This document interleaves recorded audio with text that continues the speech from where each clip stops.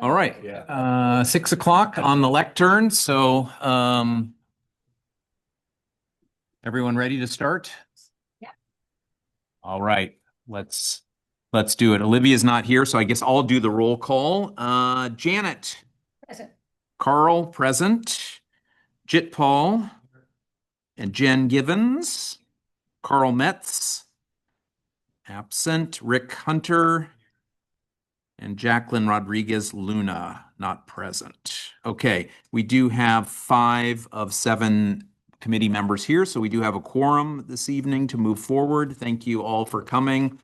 As a reminder, the week before, when Olivia sends out an email saying, hey, can you make the date next week, please make sure you respond promptly to her so that we can ensure that we have a quorum. Because a lot of work goes into scheduling the folks who show up tonight. So just a reminder, our next meeting is November 5th. So the week before that, Olivia will reach out. Just please let her know so we can confirm quorum. Thank you. Okay, agenda review, item 2. Well, first of all, skip the welcome, apologies. Welcome to tonight's Citizens Bond Oversight Committee for bond measures T and S.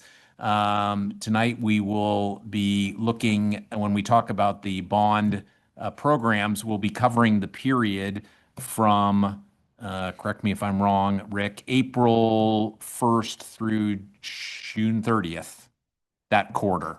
Yes, okay. All right. Let's go into the agenda review then. Any suggested changes to the agenda for this evening? Okay, not hearing any. Do we have a motion to approve the agenda? Okay, Rick motioned. Second, Janet? Janet seconded. All in favor? Aye.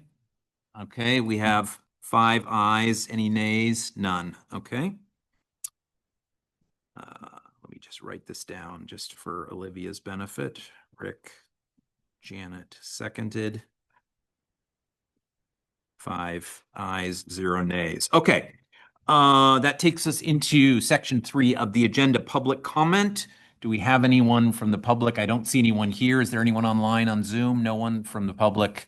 If anyone does show up, we're always welcome to receive public input at this section or during any of the agenda items forthcoming.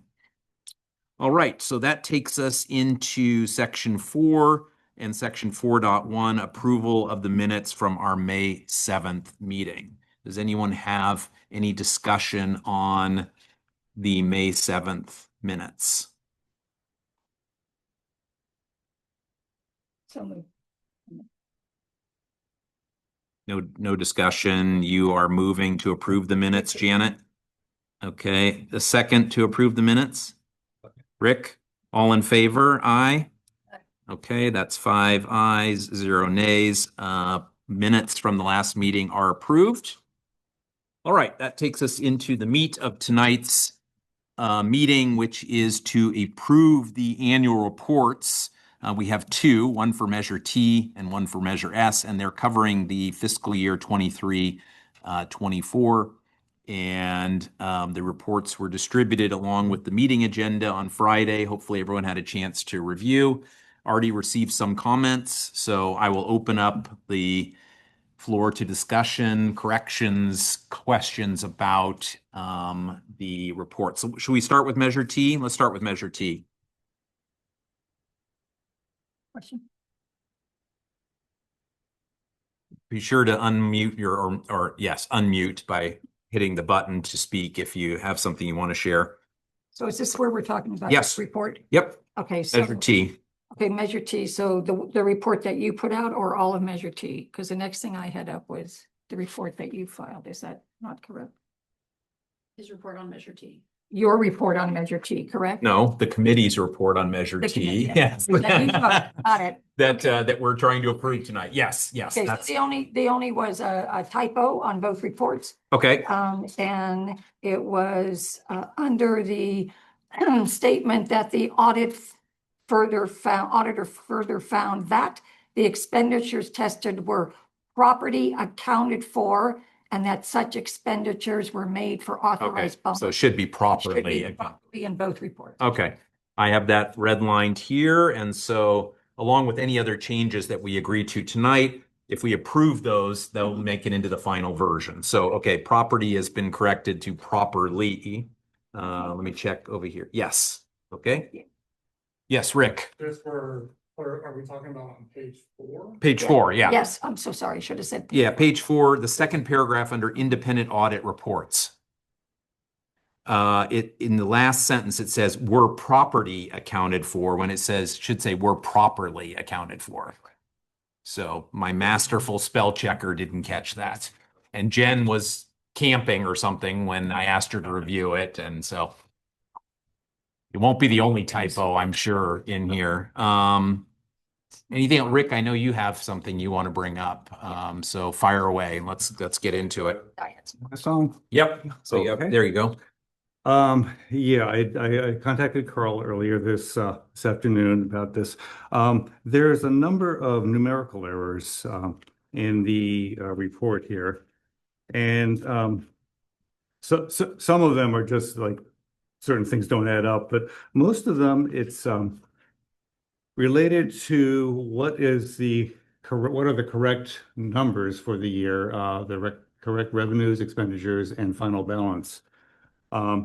And if you can look at page 5 of the auditor's of the financial statements of the auditor's report, it's statement of revenues, expenditures, and changes in fund balance.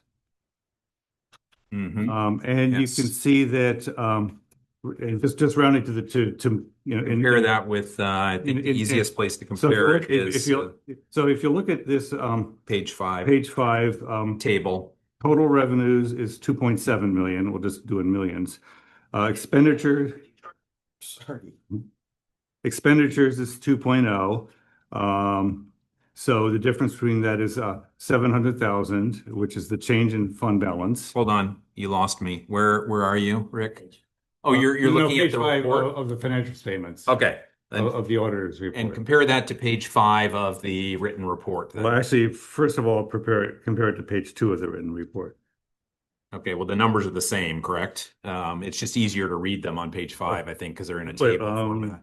Right, isn't it? No. The numbers on page 5 are also different. I was just. Okay, great. I mean, Then you want to. Why don't we just go Yep. sequentially? Perfect. But if we can find page, Yeah, you're not looking at. I don't have the PDF, I have paper. Page 2 is in the letter, No, the auditor. page 5 in the PDF. Yeah. Or sorry, it's marked page 5, but it's actually page 8 if you're looking at the PDF version. Because there's the Yeah. title page and such. So let's hold on just a sec, Rick. We'll make sure everybody gets to You can also, on the PDF, it is page 18 of 50.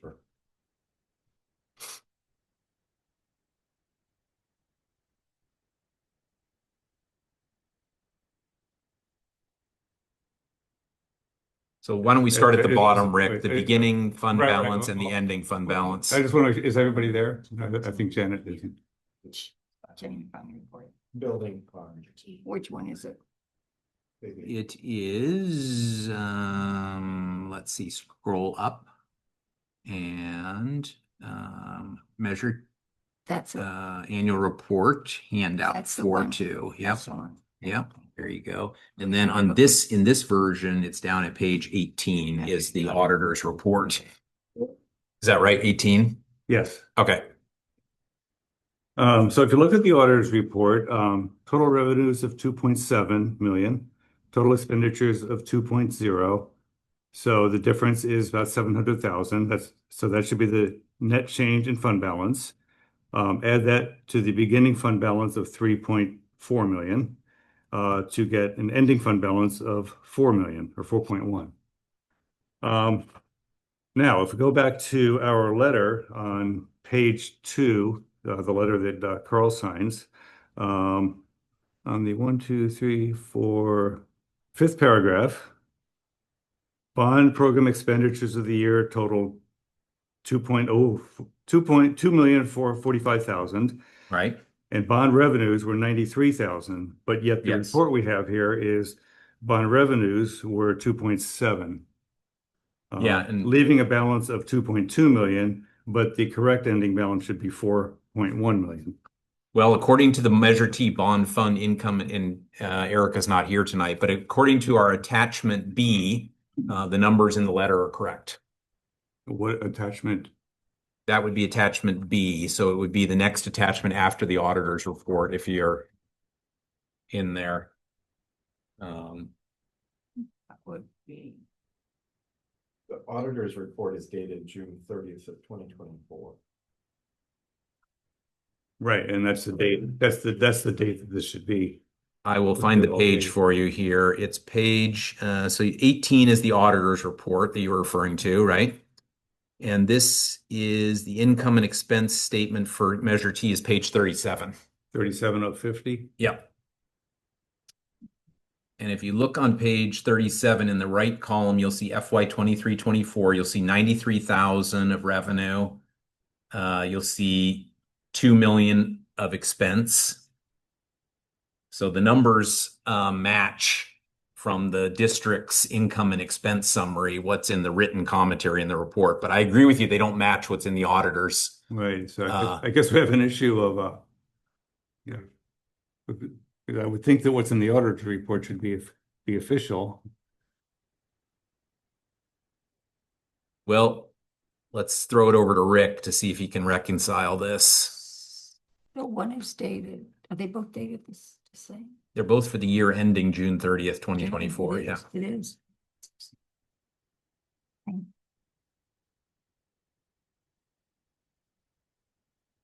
And if it's not easily fixable, maybe we need to hold this over to the next meeting. The difference is revenues, correct? Shown Yeah. in the auditor's report. The expenditures are correct, right? But the starting fund balance and ending are That would not, make it- is not, the starting fund balance is not the same. Starting fund balance different. Starting.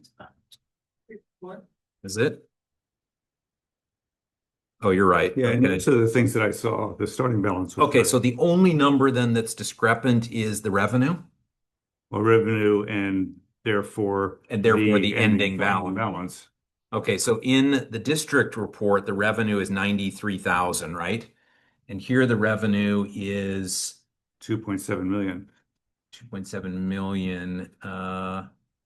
So it's the net change in fair value of investment that's having the impact. The 869 versus the 939 is fairly close, right? The interest earned is 869. And in the district report, it is quite a bit different. So I think it comes down to Rick, District Rick. It comes down to revenue in Erica's statement versus what's in the auditor's report. So I do believe, and I don't have all the something tonight. But it does have to do with the fair market value adjustment based on the gains and losses by the county treasury, where it is realized in the audit report and then it is reversed out in subsequent years. I think the best way to explain it. But should the interest earned, she's got gain loss of investments of 93,000. And in the auditor's report, the interest earned is 869. So there's quite a bit of difference between 869 and 93,000. Right. The net change in fair value, you might be able to explain that one. But I'm having trouble reconciling. Yeah, and I would expect you'd back out last year's adjustment and then add this year's adjustment, but I mean, I think the important thing is that the ending fund balance, what taxpayers might want to see is off by a couple million. 222.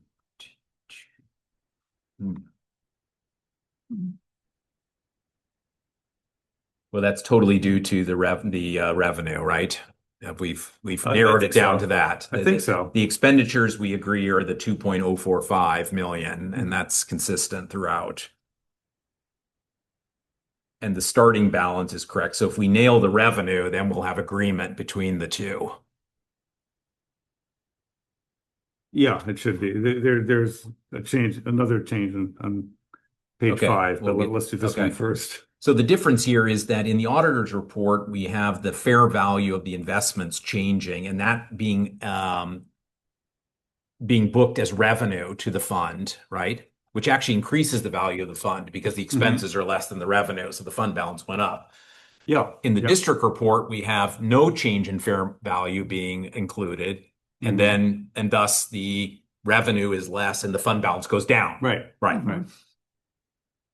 So I think But I think that those two things need to be the same in what we're representing to the public. all right. Well, let's give Rick a little bit of time here to see if he can figure it out while we're here. While he's looking at that, was there another? Yes, on page 5, which is at the top of page 5 of our report, the second section there, just that one is an addition error. Okay, is it the 1.5? That was an old number. Let's see, I think. program balance, the lines in the middle here.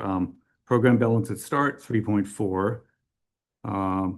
New revenue 0.93. So, and then bond program spend is -2. Right. So 3.4 plus say about 0.1 is 3.5 minus 2, which if I add up those three numbers, it should be 1.5. Now we're actually saying that it should be 4.1, but in others, those three numbers there that come to a sum Yep. aren't even internally inconsistent. They don't add up to what they say the sum is. Well, let's leave out the revenue of 93 in the middle for a second because it's a small number. 3.4 minus 2 is 1.4, correct? Right. Yeah. And not 2.2. Okay. So what does the fund balance look like in her sheet? Fund balance ending 1.5. So that's the correct. Oh, and that's what I have up in the narrative. Right, and that's what I said. Okay, so it's Yeah, just- that was my old number. My You're note right. says it should be 1.5. Okay, you're right. So that should be corrected to 1.5. So just for everyone's benefit on the committee, Measure T report, page 5, in the table, the bond program balance at end of fiscal year should be 1.5, not 2.2. And that's what Right. it said in the text. That's going to change if this changes. Yeah, but we've at least got the math right there. Mhm. Okay, was there anything else we can tick off, Rick, while the other Rick's looking? The other question, did not adjust the fair market value in the audit report, which we had asked them to do. So that will change that number back to where you were talking about. 0.093. So say that again, you've made a request to the auditors to change their report? Yeah, the auditors did not adjust the fair market value in the 23-24 audit report. Mhm. You've asked for that? Or, I believe it's been asked for. I don't have that information right now, but I know it was not included for the email I'm reading from right now. so there's been a request to them? I'm not sure if that Carl Oh. just said. I'm just saying that it was not included in the audit report. The fair market. But he doesn't know if they adjustment were asked. in the 23-24 audit. So you're saying that it should be the ending fund balance should be the 2 million or 2.2, not the 4. Okay.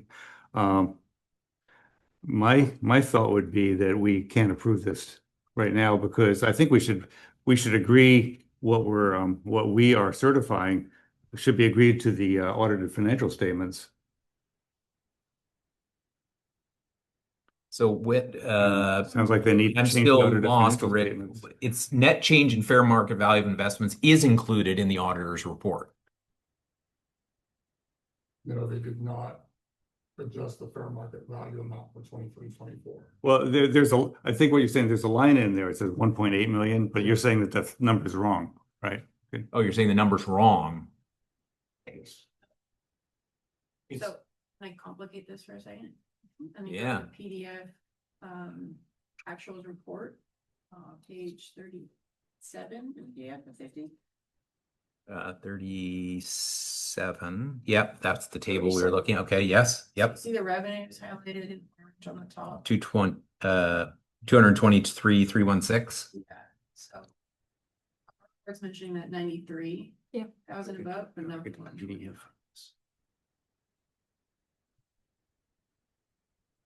Yeah, that's the, is that the fair market value adjustment again, Rick? That 129? That she has put into her sum. That's part of it, yes. Because there'll also be an adjustment for beginning fund balance. As well, I believe.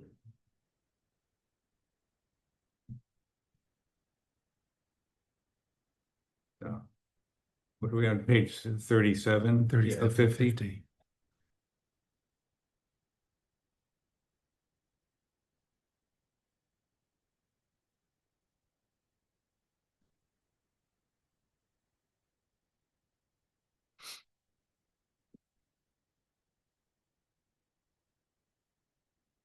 Gain losses of investment.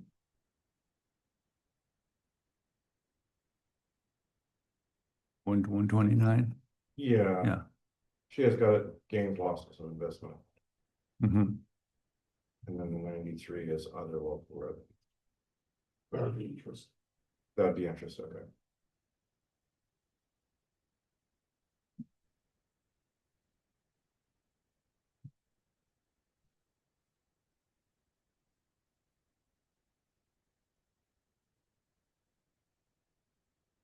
So unclear what the actual revenue.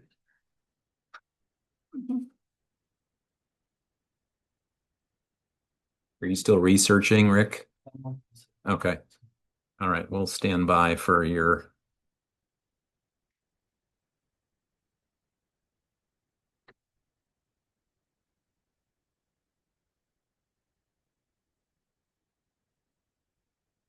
Is this the same on Measure S, Rick, or? Yeah, there's a similar issue on this measure. Okay.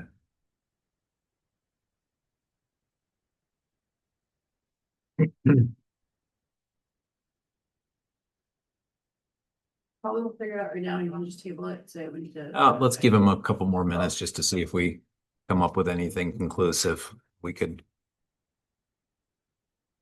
Otherwise, it's another 3 months until we get the thing approved. Which is fine. It's no problem waiting to get it right, but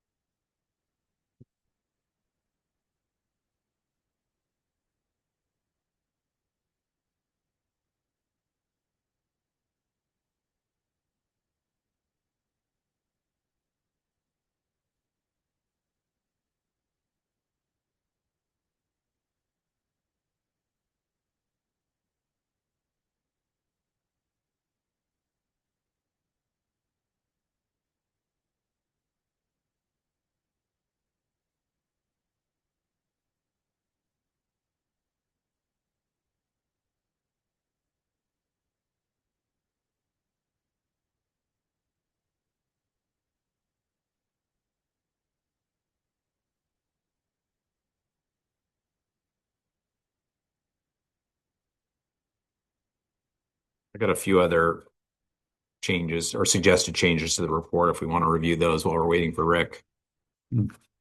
All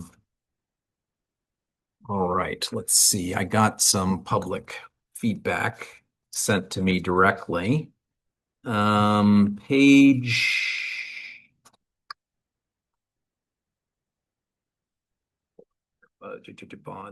Okay. Page. This would be on both reports, so we can just talk about it here with Measure T. Page 3 on the introduction for taxpayers.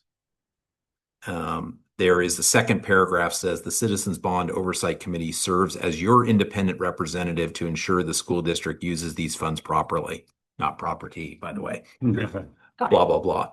The public comment that I received said that we should not use the word independent representative because the board members are selected and appointed by the district. not independently sourced from the community. So, Hmm. we could live with potentially just striking the word independent, just serves as your representative. Or to be more specific, could say serves as school district board approved representative. so- But so the what is- pushback is the word independent. Okay, so I guess I need clarification on Hmm. independent versus. I School don't, district board approved. yeah, board approved seems accurate, but I don't know what the problem with independent, but if someone has a problem with it, it certainly can be. I Change can see it either way. Yeah. It's like Jerome Powell was appointed by Congress, Right. but But he he has serves been independently. independent now once he's there. And can the board fire any of us? Oh, certainly. Yeah, Could they? yes. Then I guess we're not independent. Yeah. They seated us, We're they can appointed unseat us, correct? independently, but we're not, Well, no, we're appointed by the board. I mean, we're seated. board approved. We're board We're approved. not, yeah, we're not appointed by the. We're board approved, correct? Hmm. Which makes But it, district selected and board approved would be more accurate. Hmm. Because the application goes to the district can choose whether to put the person in front of the board or not. And then the board approves.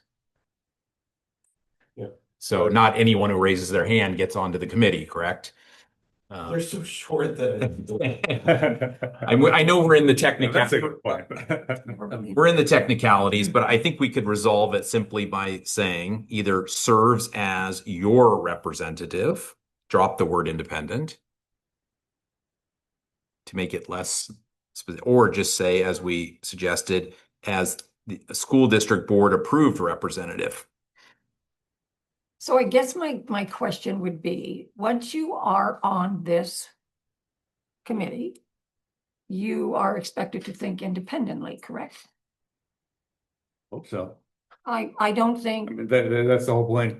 that's the whole Of the point. law requiring this citizens So- committee, not a district committee. Right, Yeah. so my only concern was the message you don't want to send to the community is that we are appointed and approved, and we follow certain guidelines that are written by the bond measure that was voted on. But we are independent once you're sitting here.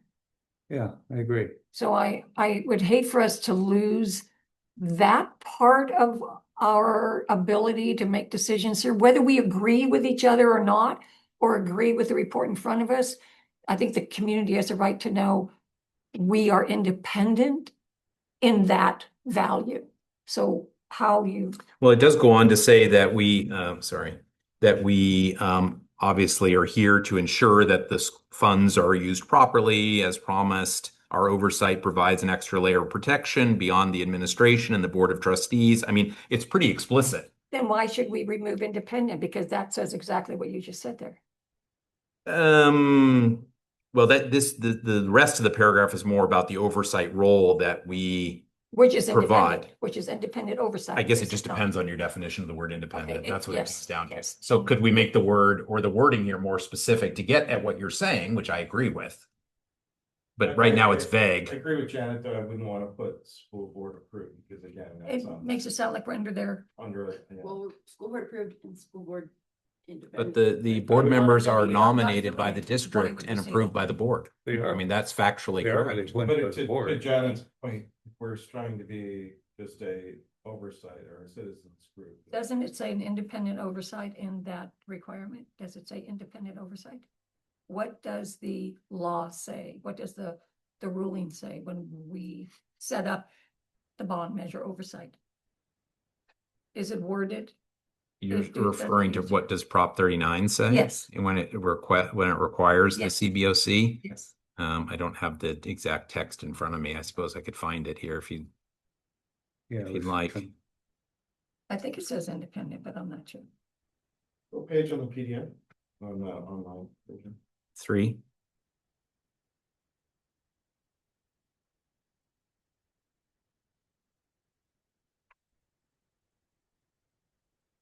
Well, here's something. So I'm looking at our bylaws, Uh-huh. and in the preamble, for bonds passed, et cetera, the school district's governing board is required by California Education Code to appoint an independent citizens oversight committee. Keep the word independent Okay. in there. That's So if we fine. said board appointed, independent, that would be both correct and more descriptive, because that's what the preamble says. What does the right. preamble say? Read it again. Okay. It says, Let's read the whole thing without all the section numbers. Preamble, for school bonds passed pursuant to Article 13A of the Constitution, the Redwood City School District's governing board is required by Section 15278 of the California Education Code to appoint an independent citizens oversight committee. Then that's what you put in there. Because that follows the wording. So yeah, we were So we could appointed. say a Redwood City School District appointed, it doesn't need to be a board. Independent community. Yeah. and- Well, yeah, we were appointed. I mean, obviously we have to be appointed by someone unless we just walk in and. But what they appointed was an independent committee. That's So, so assuming they're quoting from the law correctly, and I imagine that our bylaws are. how about, here's my suggestion revision, then the Citizens Bond Oversight Committee is appointed by the school district board, whatever the word we want to use for the board, as your independent. So we just insert the appointed by the board in there as your independent representative. So it just clarifies that the committee members are appointed but serve in an independent capacity. There's a process that takes place before that appointment, which is you need to apply. So it's an open applying of that position. So for me, when I hear that, if I was just reading that, I would say the board appointed you because you either know, but this, you had to apply for this seat. And then it went through a process. The But district had to select you and then put you forward. yes, so, but you had to but it apply. also went out to it went out to everybody. It has to Everybody. be. It's right? an open, It's an open seating. It still Opportunity. has to go to the entire district, parents. Okay, I'm just going Then back to yes. what it says in the preamble. In the preamble, it says the board appoints an independent committee. So I'm just suggesting we use the same language. A board appointed independent committee. I don't like it. I I like. kind of agree with Hannah. It does sound more nepotistic when It you say does. board appointed, and I think that's what we're trying to avoid. Is that the board said, okay, these four look really good, those don't. That makes the. But that's indeed what happens, though. Why not just be forthcoming with the taxpayers? To me, it's actually just a little more bureaucratic saying that. I mean, this is a letter where to introduction to taxpayers, and it's a letter introducing ourselves that we are the really representing their interests. Yes, And it's kind of it's kind of a friendly paragraph. Correct. And keep it friendly. Yeah.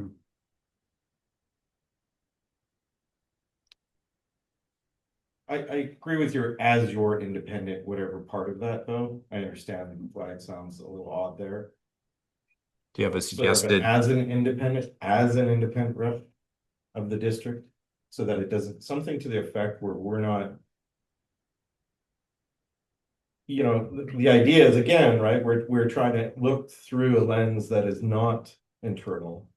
And that it is independent of everybody else's view of how these funds are spent, right? And Like the independent community representative, doesn't that sure, sound enough? Like, there's a Redwood Cities. Well, but that's introducing language that isn't really in the bylaws. I mean, I would say we could just stick with the bylaws language is more defensible, it feels like, because that's I what mean, we. if you want to include what's included in the preamble, that's fine, but I agree that the board approved independent is, I don't know. That's what the preamble says. Well, Fine. should we vote? Well, we'll be voting on all these changes altogether, but yeah, absolutely. You want to have two options and we vote on them, Carl? Select two, I mean. well, the process we're going through right now is to approve the report as put forward. Correct. Now, what we're saying is now we're amending the report tonight, which is okay. We can say we're going to approve the report as amended tonight. So that's the motion that's going to be on the floor here shortly. So if we don't think this is ready to go, then we send it back to the committee, the report writing committee, and tell them to come back with something else. Do So we have it's any other changes that we want to do? well, yeah, we've got Janet's changes, we've got this financial reconciliation potential change. Yeah, so I don't think we're gonna vote yay on the report then as of tonight then. Well, I think we can't, if we agree to the changes, we can vote yay on it. Well, Yeah. I will say right here that if Rick determines that the audited numbers are incorrect, and it sounds like that's what you're saying, then I would vote no for the report because I think the report needs to certify that we are agreeing with the audited financial statements. And the audited financial statements haven't been changed yet. Either way, though, we're not going to propose what we want it to be. Pardon me? We're gonna do this Yeah. in 3 months. Exactly. Okay. So let's, do you have any more insight, Rick, on the rationalization? Not that will help this cause, Okay. based on your comment. Hmm. So, Yeah, I mean, But- do you agree with that? That the number in the audited statements you believe is wrong, and that the auditor should correct that? But the auditor, If in fact, if in fact it is wrong? right, if they did not incorporate the fair market value adjustment into 23-24, we have to go back in 22-23 and ask them to add it into there as well. Hmm. So I can make sure that it's going to be added. I'm kind of unclear on the timeline. This is a report from over a year ago that went in front of the board and they approved it Mhm. 6 months ago. And this change has been waiting for how long then to be made? Didn't work. Things needed, a couple of weeks ago, Carl, or the fair market value. I didn't know it was not reflected. Okay. So this is a recent thing. It's not been sitting out there and they just haven't. Okay, so we need an updated auditor's report. Right? We need an updated auditors because we can't attach the auditor's report that's wrong, to your point, Rick. So we're not gonna approve the thing tonight. But let's assume it gets. But let's make sure we have all the other changes incorporated. So the only thing we need to double check is the new auditor's report, and then it's approved. The other option, which I'll throw out, is that we could make a conditional approval tonight, that if the auditor's report comes back matching the numbers that we're showing here, the report is approved. Well, I'm still confused about that actuals report not matching our revenue total either. Oh, okay. You're saying that the revenue number of, which was in Erica's sheet as it doesn't match the 93,000. She's got, Extra 100. there's an extra 130,000 in there. So. Speak to that. Okay. Is Erica on? Okay. She's not going to be going through the reports this evening. Is it going to be you? Okay. All right, so we need to get the updated auditor's report. We need to rationalize the 93,000 versus the income statement. I'm just making notes to myself that shows an additional, what was the amount?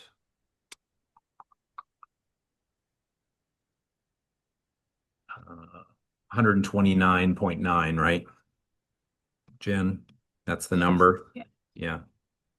And what's the category on that? Is that gains, losses? Yeah. Losses on investment. 8662. Okay.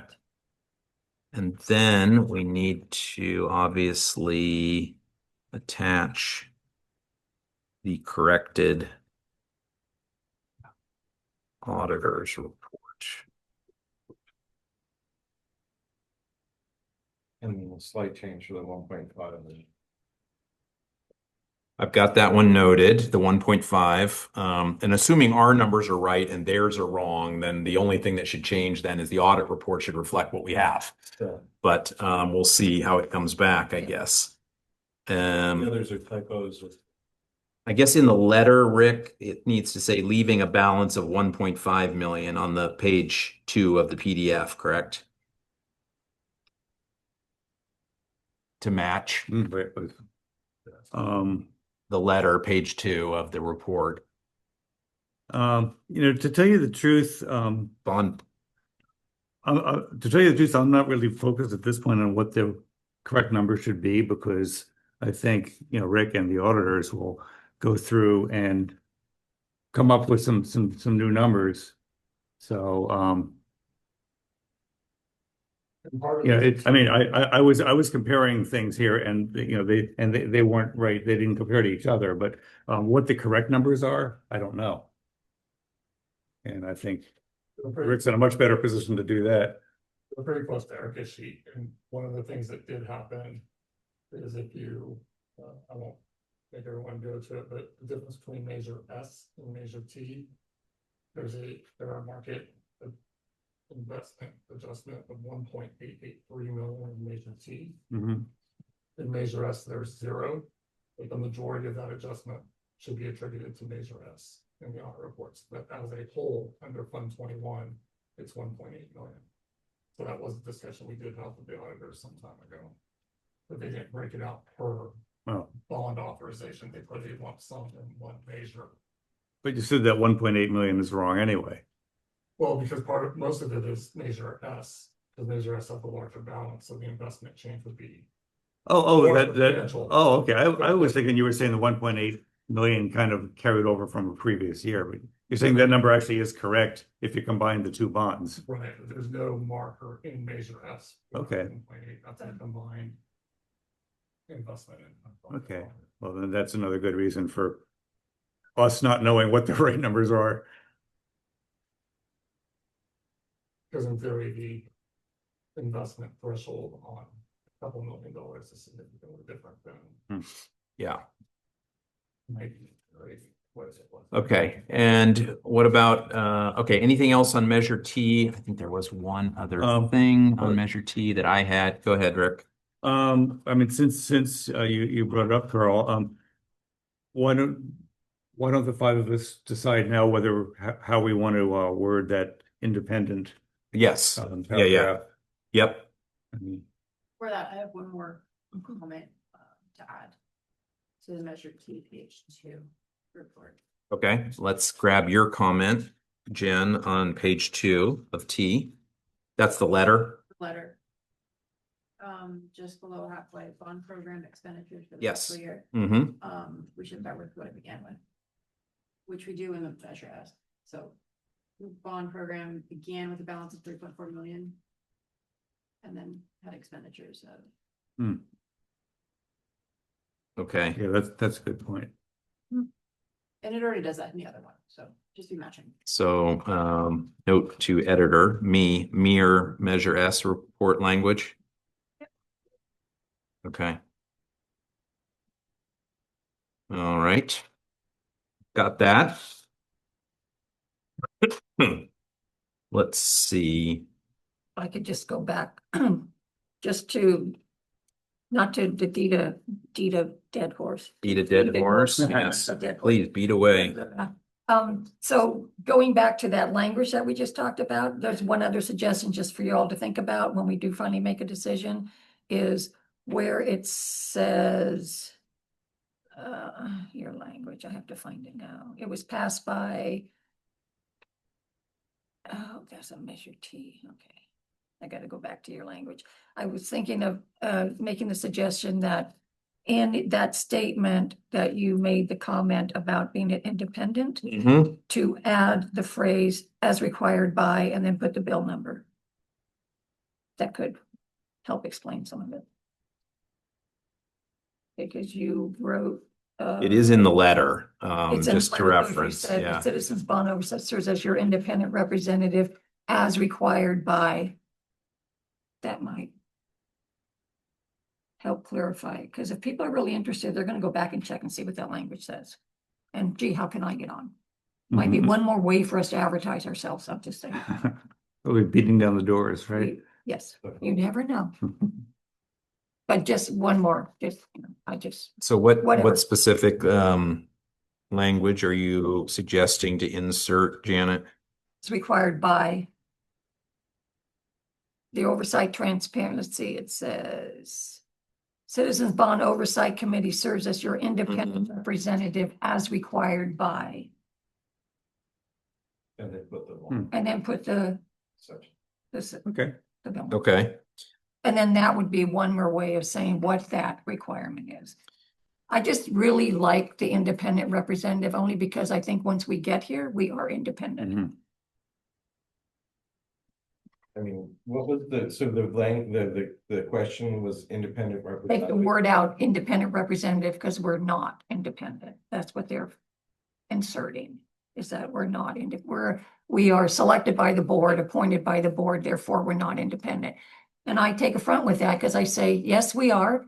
We apply, we're selected. Once we're you're on, appointed. you serve Once in an you're on, you independent, serve yeah. as- But you're not, but you go through a selection process, yeah. Your word there is serves as your independent. Hmm. So we do serve as their independent. I guess I don't mean to we're break the meeting. no, it's fine. It's fine. These are the subtleties. Because the if the taxpayers appointed us, then we would be your independent, correct? Because your here refers to the taxpayers. So if the taxpayers So we are. by- appointed them, Yeah, but we are. then we by would the be bill. there. So maybe to shortcut this, I have a suggestion here. Since we're going to take the report back and revise it anyway, how about we insert a paragraph in this section that basically says, per Prop 29 in the California Constitution, blah, blah, blah, bond oversight requires a board approved, just what it says here, a board approved independent oversight committee. Just basically describe how we got here and then leave it as is. The next paragraph. You see what I'm saying? Basically go into a little bit more detail about how the CBOC is formed and why it's here, because I think that addresses all of your concerns. That's fine. It's just adding another You're paragraph adding in this section. yeah, so basically, Yeah, exactly. that's. That way you don't have to take it. Can I Yeah. just add something? Yeah. For context, right? I think in the language, it refers to establishing an independent citizens bond oversight committee, not a committee titled the Independent Citizens Bond Oversight Committee. And I think it has more to do with it's independent of district employees, contractors, It's not. spouses, Yes. significant others, like it would have a potential conflict of interest of carrying out the responsibility Right. Yes, of reviewing bond expenditures. okay. So we could just put that in this explanatory paragraph, basically. And then in the paragraph that exists, I think it would be fine if you guys agree to say the Citizens Bond Oversight Committee serves as your representative to it, because we've clarified where the independence comes from in the previous paragraph. To Rick's point. Just as because this is to the taxpayers, the letter is to the taxpayers. So the your refers to the taxpayers. Yeah. If you're okay with that. Okay. So say that. You want to say taxpayers I representative? mean, I kind of like independent representative. Were you saying something differently? We're spending way too much time on this. But Sorry. No, just, I thought you were advocating. My hang up is so- that so we could keep independent representative. we're not we're not the taxpayer. We are not appointed by the taxpayers or so Right, but we are their independent representative. we're their representative. I'm not sure what independent means in this context. Can you explain? It means that the school district can't fire us for if they don't like our decisions. I And mean, we all have. I kind of go back to what's in the news so much these days is the Federal Reserve. Jerome Powell is independent. Trump is trying to override that, but right now Trump can't fire him because he is independent. But there were some other people that were deemed independent that he did fire, Well, correct? In other okay. agencies. I mean, that's different. He may have fired them illegally. Oh, yeah, well. so the board would not remove us because they didn't like They what we could. were saying. They could remove us for lack of showing up for a meeting. Actually, only we can do that, just to Okay, we can do clarify. that, okay. Yeah, I don't, The But- I board's, don't actually know the rules. the board's only recourse is to not reapprove you, by the way. Not reapprove Yeah, you. So they're not yeah, gonna remove you. They would not reapprove you. But I think it would take a lot or that would have to go through several layers. I mean, but it could. I don't know. They I could. mean, They could be, okay. Chip, Anybody could Paul, be wrong. Carl, Jen, and I were just reapproved by the board in June. Okay, They could have said no, and then we wouldn't be here. So it's actually quite easy to get rid of us. I think if you trust me, I will write something and you guys can review it and approve it. I think I've got the sentiment Sure. here, and we're not approving it tonight. And I think we could put a pin in it, since if we were trying to approve it tonight, we'd have to get We'd have to- precise. thank you. Okay, and the same change would be made to the Measure S report because it's the same boilerplate, basically. Are there any other changes to the Measure T report that we didn't capture? I think so. Nope. Oh, I did have one, sorry, one more, last one. I got a note on this, page 8. Page 8 is a recap of the meetings that some of you were not at, admittedly, but some of us were there. March 21st, 2024 meeting. The second bullet says, public comment was received questioning the legality of using bond funds for workforce housing and criticizing the financial prudence, which is basically how I summarized it. The public comment was, it was not criticizing, it was questioning. I'm fine to replace the word criticizing, which is a bit of a judgment statement, with questioning. Yes. Yes. Anybody object to that? I wasn't here, so. Okay. So much for your independence. Yeah, exactly. Nothing else on Measure T then. Measure S report, in addition to making sure the numbers line up, were there any other changes to the Measure S report specifically? The typo on top of page 3, it says 2015 Measure S program, should be 2022. Okay, sorry. I was just making a note here. Oh, Back up, there's a table at the top of page 3. page 3 on- table. So a blue Yes. border, blue border. Yep. Should be 2022, not 2015. Where does it say 2015? Oh, 20. Oh, sorry. Yes, thank you. That was a copy and paste error from the Measure T. That's a great catch. Thank you. You're welcome. Yeah. And the other thing that I saw, on page 5, Mm-hmm. there's a table toward the bottom of major project vendor spend in the 23-24 period. Oh, yes, you mentioned this. Go ahead. So it says Measure S construction management, $12 million, but the total expenditures for everything is only 1.3 million. To clarify, the 12 million is the contract amount, but it's over a multi-year period. So it would only be recognized in a certain expense in this I think year. we should clarify that though, because it says the major project vendor spend. As includes- opposed to projects, So that hasn't been spent. initiate. Yes, you're right. So that's the contract value. And the amount spent was the 1,233,428 from the table above. So we strike the 12, you're right, because the table refers to in this period, not the total contract value. But the total contract value is what was approved by the board, so they're committed to that. Yeah, that would be in a separate, Yeah. that would be under a section called board approved projects, I suppose. Take that. Or do you want to change it just to be up to date? There's a column, contract value, Contract value amount spent. expenditure 23, 20. Okay, how about this? I've got even a better suggestion. We change the introductory text to say major project / vendor spend approved in the period, because that's what actually happened. Oh, sure. The board did approve the $12 million. It doesn't mean it was all spent in that period, though.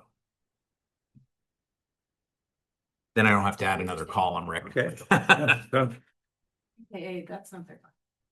383. QKA 383,439. That was for the facilities master plan, that was the approved project amount That's the contract value. for the master plan. They've only been paid out the 26,590 up above. Oh, then same thing. Yeah, I think Okay, it's so yeah, similar. contract values. Yes, so what Yeah. I'm going to do is I'm going to change the header from amount to contract amount. How does that They might sound? have done a shorter term contract. so It doesn't make sense to reference the period of 23 to 20, that won't change that.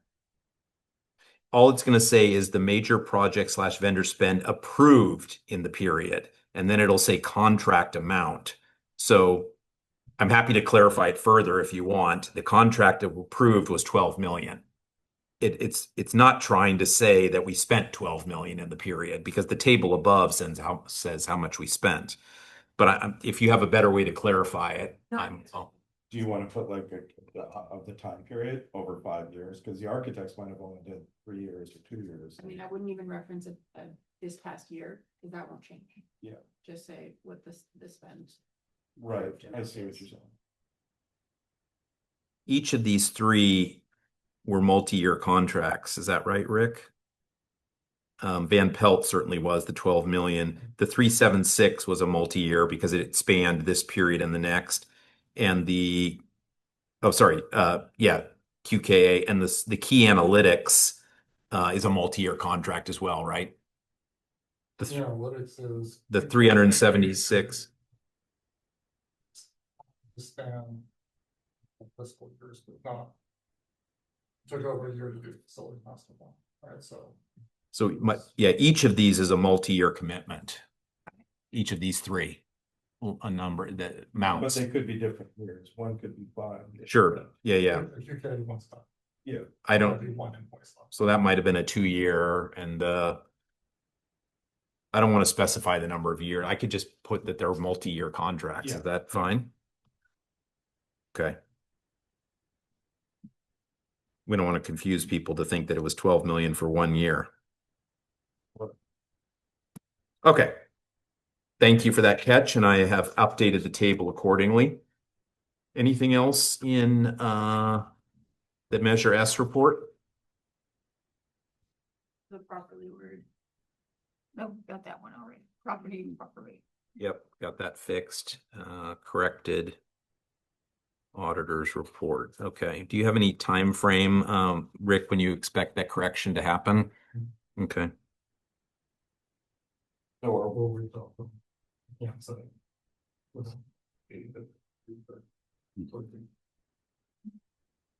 Hopefully less than 3 months. Does anyone want to propose calling an ad hoc meeting of the committee just to approve the report when it's done, or do you want to wait 3 months? I was gonna say, I don't mind because it's already feels kind of late, but that's, Yeah, we'll be 6 Okay. months late if we wait 3 more months. Amended. What's the repercussions of that? Of the lateness? Yeah. No repercussion. I mean, I don't Okay. think that, I think I'm not sure there is a actual time frame, but it might be specified as within a year of, which, Be close. if we have We've people already looking exceeded at this that. report, though, I do feel like accuracy as mentioned. I agree. Is important, yeah. just to rule out any more. Yeah, so the question is whether we would want, let's say we got the auditor's report next week. I'm not saying we will, but just hypothetical, if we got it in 2 weeks, do we still want to wait 3 months to approve the report? Or would you like to have okay. But could we do one over Zoom, or anything, or does it have to be in person? Got to be a public meeting. And I think it's Hmm. required to be in person unless you have some kind of exemption that I'm not clear on. Can we just do that one item? Yeah. Yes.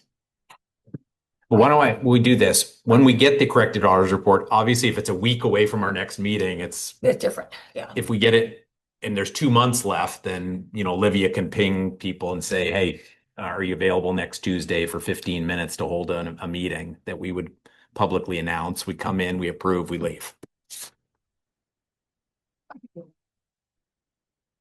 And we're getting Erica's revenues to match too, right? Yep.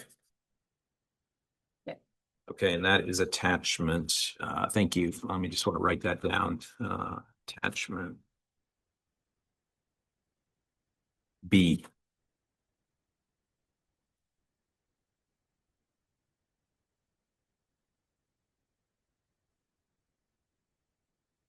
Okay.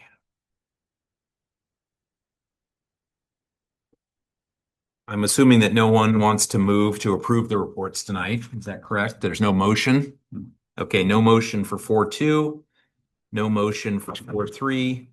And so that takes us into section 5, the information and discussion portion. So first up is 5.1, discuss measure S progress, including an update on the facilities master plan. Nick, is this going to be you? This is gonna be. Okay. It looks like Olivia picked it up for me, so, I'm happy to give up updates on that for S and all the progress was made over the summer, so. As you guys know, on slide 2, we have been upgrading HVAC at 4 sites this summer, so I included some photos just to kind of show the progress over the summer. The first one's at Adelante Selby here. I should start by saying these photos were taken a week ago, and there's been a ton of progress since this.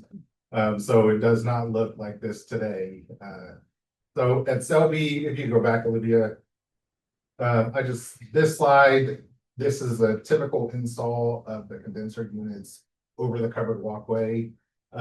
This is to highlight all the blocking that was needed for those units on the covered walkway, as well as the fall protection that's required for when you're working on these units. So now these are being painted. So, they blend in to match, but there was a lot of blocking that was needed. Next slide, please. So this is also at Adelante Selby. The picture on the left is where they're installing the distribution panels that were needed for these additional condenser units. Right now it is on temp power. If you guys recall, we pre-ordered the distribution panels and even paid expedited shipping. The typical lead time for those is 52 weeks. And we expedited, but even expedited shipping has them coming mid-August. So at 3 of the sites, you'll see the green rental box from Sunbelt that is temporary power so that we can have air moving when students return next week. The photo on the right is kind of a unique situation as far as these 4 campuses, the 2-story building where we did ground mount condenser units and they're piped up. And then we'll fence around at Selby actually just like it was before. So next slide, please. George doing like all electric heat pumps or just standard? Cool. Thank you. I was gonna go over how they're installed. At one of the slides, it'll show some rooftop work. We did go all electric. It's what is gonna be required in California yet. I mean, to come, the new code. We're going away from natural gas, so some of the gas was removed, and these are all electric. Is that complete? For each upgraded school, you're removing all gas furnaces then, or does some remain? When we did replace the package units, the carrier units that I'll show you, we replaced them like kind. But for these split units in the classrooms, we did go all electric. And backup, you have backup on that, What's that? all electric, so you obviously have some kind of backup when the power goes out. There's No, there is no backup. Other Batteries than, at any school, right? no solar. I don't think we have batteries at any school. We are adding solar that I know Will's Yep. managing. Some of these sites already have solar, which kind of Okay. understand. Right. And then we're adding video for most of them, Adding what? I'm sorry. adding solar Okay, to the sites that don't already have them. Is your mic on there, Will? I want to make sure you get captured when you're talking. Thank you. Yeah. We're adding solar to certain sites that don't have it, but if a couple of these sites already have solar. And just as on the subject of solar, since you brought it up, I know that the goal was to make each school, whatever the correct term is, neutral, right? Enough solar to offset the electrical usage at the school. Does that include this upgraded HVAC in that calculation? Because we're using more electricity now. We were using gas to heat in the winter. Now we're using electricity. No, it does not. So the solar calculation was based before the HVAC upgrade project was planned and Yes, that's correct. designed. Yes. Okay. And do you know offhand, Nick, if this is a net increase? I mean, presumably it is a net increase in electrical consumption at the sites. Our electrical engineer did do a calculation.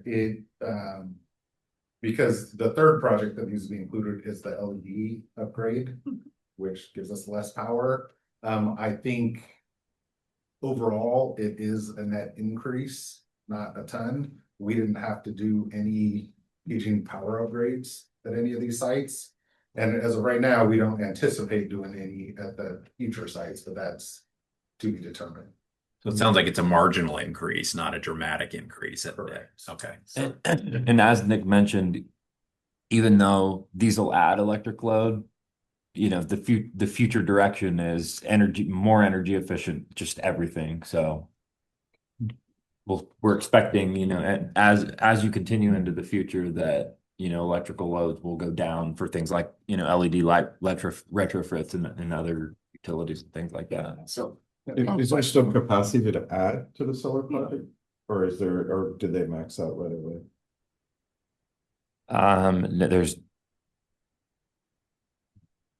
We are up against a very, very tight deadline to make sure that the district gets like an additional $15 million in payback by meeting the PG&E NEM 2.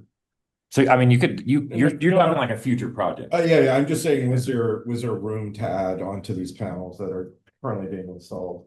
Could you add more panels in the future? Not to the existing structures, but you can always add additional solar structures or additional roof mounted. Okay, so they kind of maxed out on what they could do right out of the gate. When we were calculating, we're doing I think don't quote me on it, but somewhere around a 95% offset. Okay. Yeah, so we're probably going to be close even with these added loads. So I have a quick question then. Your comment about you did not have to do any, did you say PG&E electrical upgrades? Did you say, okay, on even some of the older sites, you didn't need? These four. These four you didn't. We did not have to do any. As of right now, we're not anticipating the next three. That's Kennedy, Orion, and Clifford. At this point, we're not anticipating, but the electrical engineer has not done a calculation yet. The engine, I didn't hear the last. Electrical engineer is what? That's not. We have not done a calculation yet. Okay. And that's something to celebrate, even if there were no electric service upgrades required on just these first four sites. Yep. We're seeing electric service upgrades that were tracking at like $500,000 a few years ago, coming in at between $2 to $3 million per site. Yeah. With year and a half lead time on switch gears. So That's why. that's awesome. I should mention as part of this conversation, the other part of this HVAC upgrade is upgrade to Siemens Controls, the building management system, which is also energy management. So control the HVAC within a range, and when it's not occupied, it'll shut off. So that's all through the control system. That I want to celebrate that because every time I walk by Orion, there's a portable out there with the AC running 24/7, winter and summer, and it irks me every time I walk by. So I'm very happy to hear that personally. So this is Hoover. This is just an example of a sloped roof. So we had to build curbs to set the condensers on and the photo on the left. And then you can see them working in the closet for the classroom. In most cases, they're paired. Closet that serves two classrooms. So on the right, it's just ground mounted, example of ground mounted at Hoover. The next slide, please. The photo on the left here is a unique example of 3 units in a closet. The right of that photo serves the library, which is 2 units. and then the left serves a classroom. So just a little bit different Okay. example. On the right is an example of Hoover was the one, we did get the panels in time of the size of the distribution panel that needed to be installed near the main electrical. So through the door to the right is the main switchboard for the campus. Next slide. So at Roosevelt, again, on the left is an example of the temp power being installed. Actually, today, when I went by there, that is now enclosed. So students or staff cannot get in there and, you know, mess with any of that or be around any of the electrical wiring. And then a close-up example of one of the closets with the door off on the units. Slide. So this is also a Roosevelt. This is an example of all the rooftop work that had to be done. We obviously had to get electrical to each and every one of these condensers on the roof. And then just an overview of how they were installed in the covered walkway at Roosevelt. Next slide. Taft, same thing. All the roof work that had to happen. We saved a lot of money by installing the conduit on the roof versus trenching and putting it underground. So that saved us a lot of time and money. And then again, the units on the curb over the covered walkway on the right side. Next slide. More of the same. This is Taft. We had some covered walkway on the left. We had some sloped roof on the right for the different buildings. The difference at Taft on the left is there was actually stucco underneath that we had to break out to get the framing in, and that is now all patched back and will be painted by the time students are next week. Next slide. So this is an example of the carrier package units that we replaced. On the left is Selby Library. So those are new units that were craned in, replacing like kind. And on the right is Taft's MUR. So one of those units serves the kitchen and one serves the main eating area. So could you explain to me what you just said, replacing like kind? So they were already carrier package units, but they were 25 plus years old. So in all those cases, the useful life of a HVAC unit is probably 15 to 20. Okay. So we replaced and upgraded. So there was already air conditioning provided. Correct. Okay. In those spaces. In those Yeah. spaces. So you replaced it with the same type of unit? Yeah, same type of unit in on the right, it fit on the same curb. So we didn't have to upgrade that, which saves us a lot of money also. And in those cases, we're doing it in like kind. DSA doesn't require us to do any structural upgrade. So they're today's standards or Yes. yesterday's standards? Yes, but the manufacturers designed them so they'll fit on the same curves from 25 years ago, so that we don't have to go. There's no We structure. went through change. DSA, but DSA Got it. won't make us upgrade Okay. construction. Well, that leads to a question I had. So are all the units, I got the impression that all the HVAC that you're installing are heat pumps for the same unit, does the cooling and the heating? Is that not, because you said there's gonna be no more gas, so.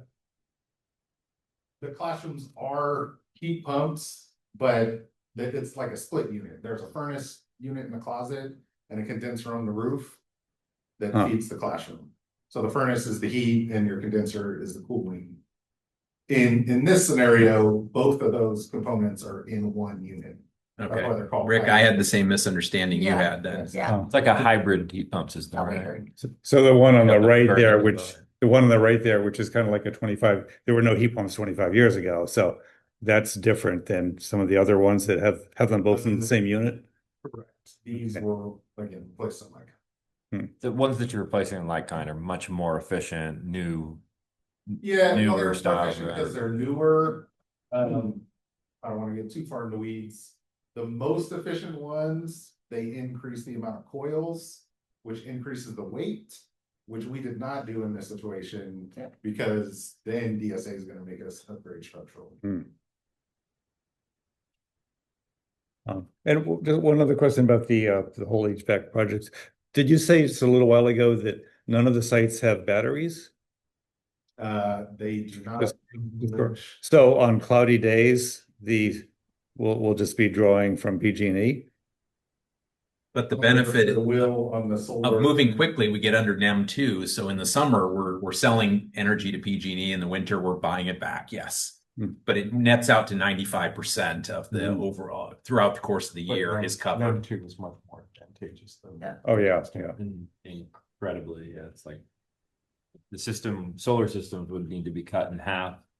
And you'd probably lose like, $10 million in payback over the 25-year life of the system if we didn't meet the NEM 2 deadline. Oh, yeah, We're fighting, and we're tracking them right now. Are there many splits of that in the classrooms or no? Well, the classrooms are technically split units. You may be referring to more like a Mitsubishi. Yeah. That, not, Yeah, they're not not rooms, gotcha. they're typically in the MDF rooms, Okay. maybe a few offices. But not in the classrooms. So could you just clarify, I think Rick and I got a little off kilter at the beginning when you said these are heat pumps. So is it electric? Are you putting in heat pumps that will use electricity to heat in the winter, or does the furnace stay gas powered for heat in the winter? No, it is not gas powered, it's electric heat pump. Okay, but you're using the furnace as an air handler then, is that what you're saying? Because isn't there a furnace in the classroom that was gas fired before? It was gas fired, Okay, so now it's an electric heat pump. okay, and the gas is capped off. Yes, and I just Okay. use the term furnace for the heating of. Got it, okay. But I think we were the both, system. yeah, okay. We just got. But something like this where Very you're excited about the whole thing. Oh, Yes. Idea. These package Yeah. units are still going to be gas fired then for heating because they weren't heat pumps, or are they? the ones we replaced in like kind that were gas already are still gas. Right, Oh, they okay, are. yeah, gotcha.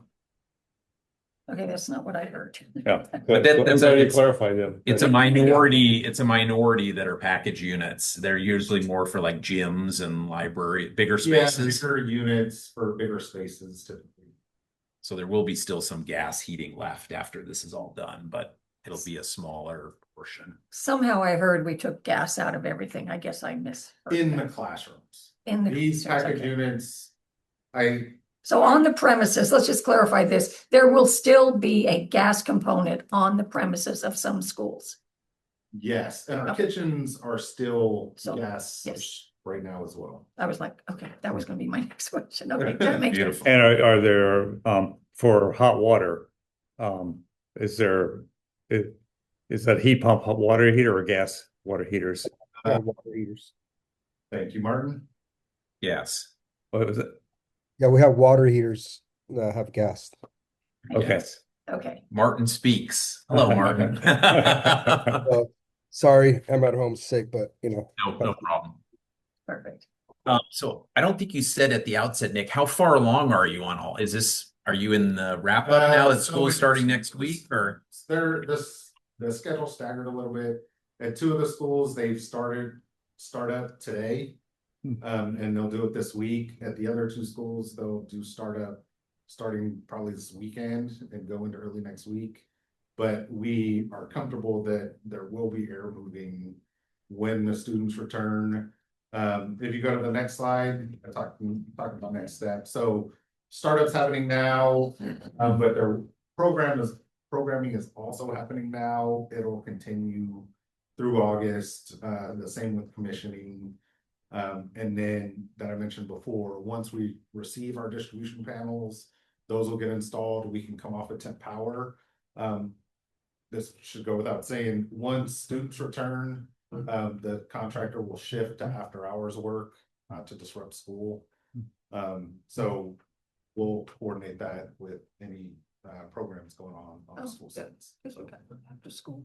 And I know that there was additional cost the board had to approve for some special inspection that has to happen, right? You have to hire a Yes. special So, inspector and These are DSA projects, so we have a DSA inspector.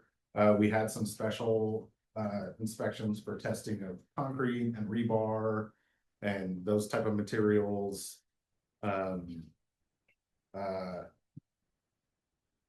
It's in the other report. I think we had one other consultant. But we'll That's go fine. back and- So what's your estimated completion date on the first 4 schools? All signed Uh, off and everything? Probably early September. Okay. Completely done, commissions, signed off with DSA and out of here. And the next schools will start next summer with a lot more planning, advanced planning, presumably. Correct. That was one of my later slides too. Okay, go ahead. Sorry. I'm sorry. So the moving pools are gonna stay in for a year for the other sites? Well, some for 4 years. Yeah, so When they this get to- summer on other sites, they installed the mobile air conditioning units with the exhaust to out of the window. So we removed a window in each classroom, replaced it with plexiglass and a louver so it can exhaust to the outside. Yes, those will remain until we do the permanent air conditioning upgrade.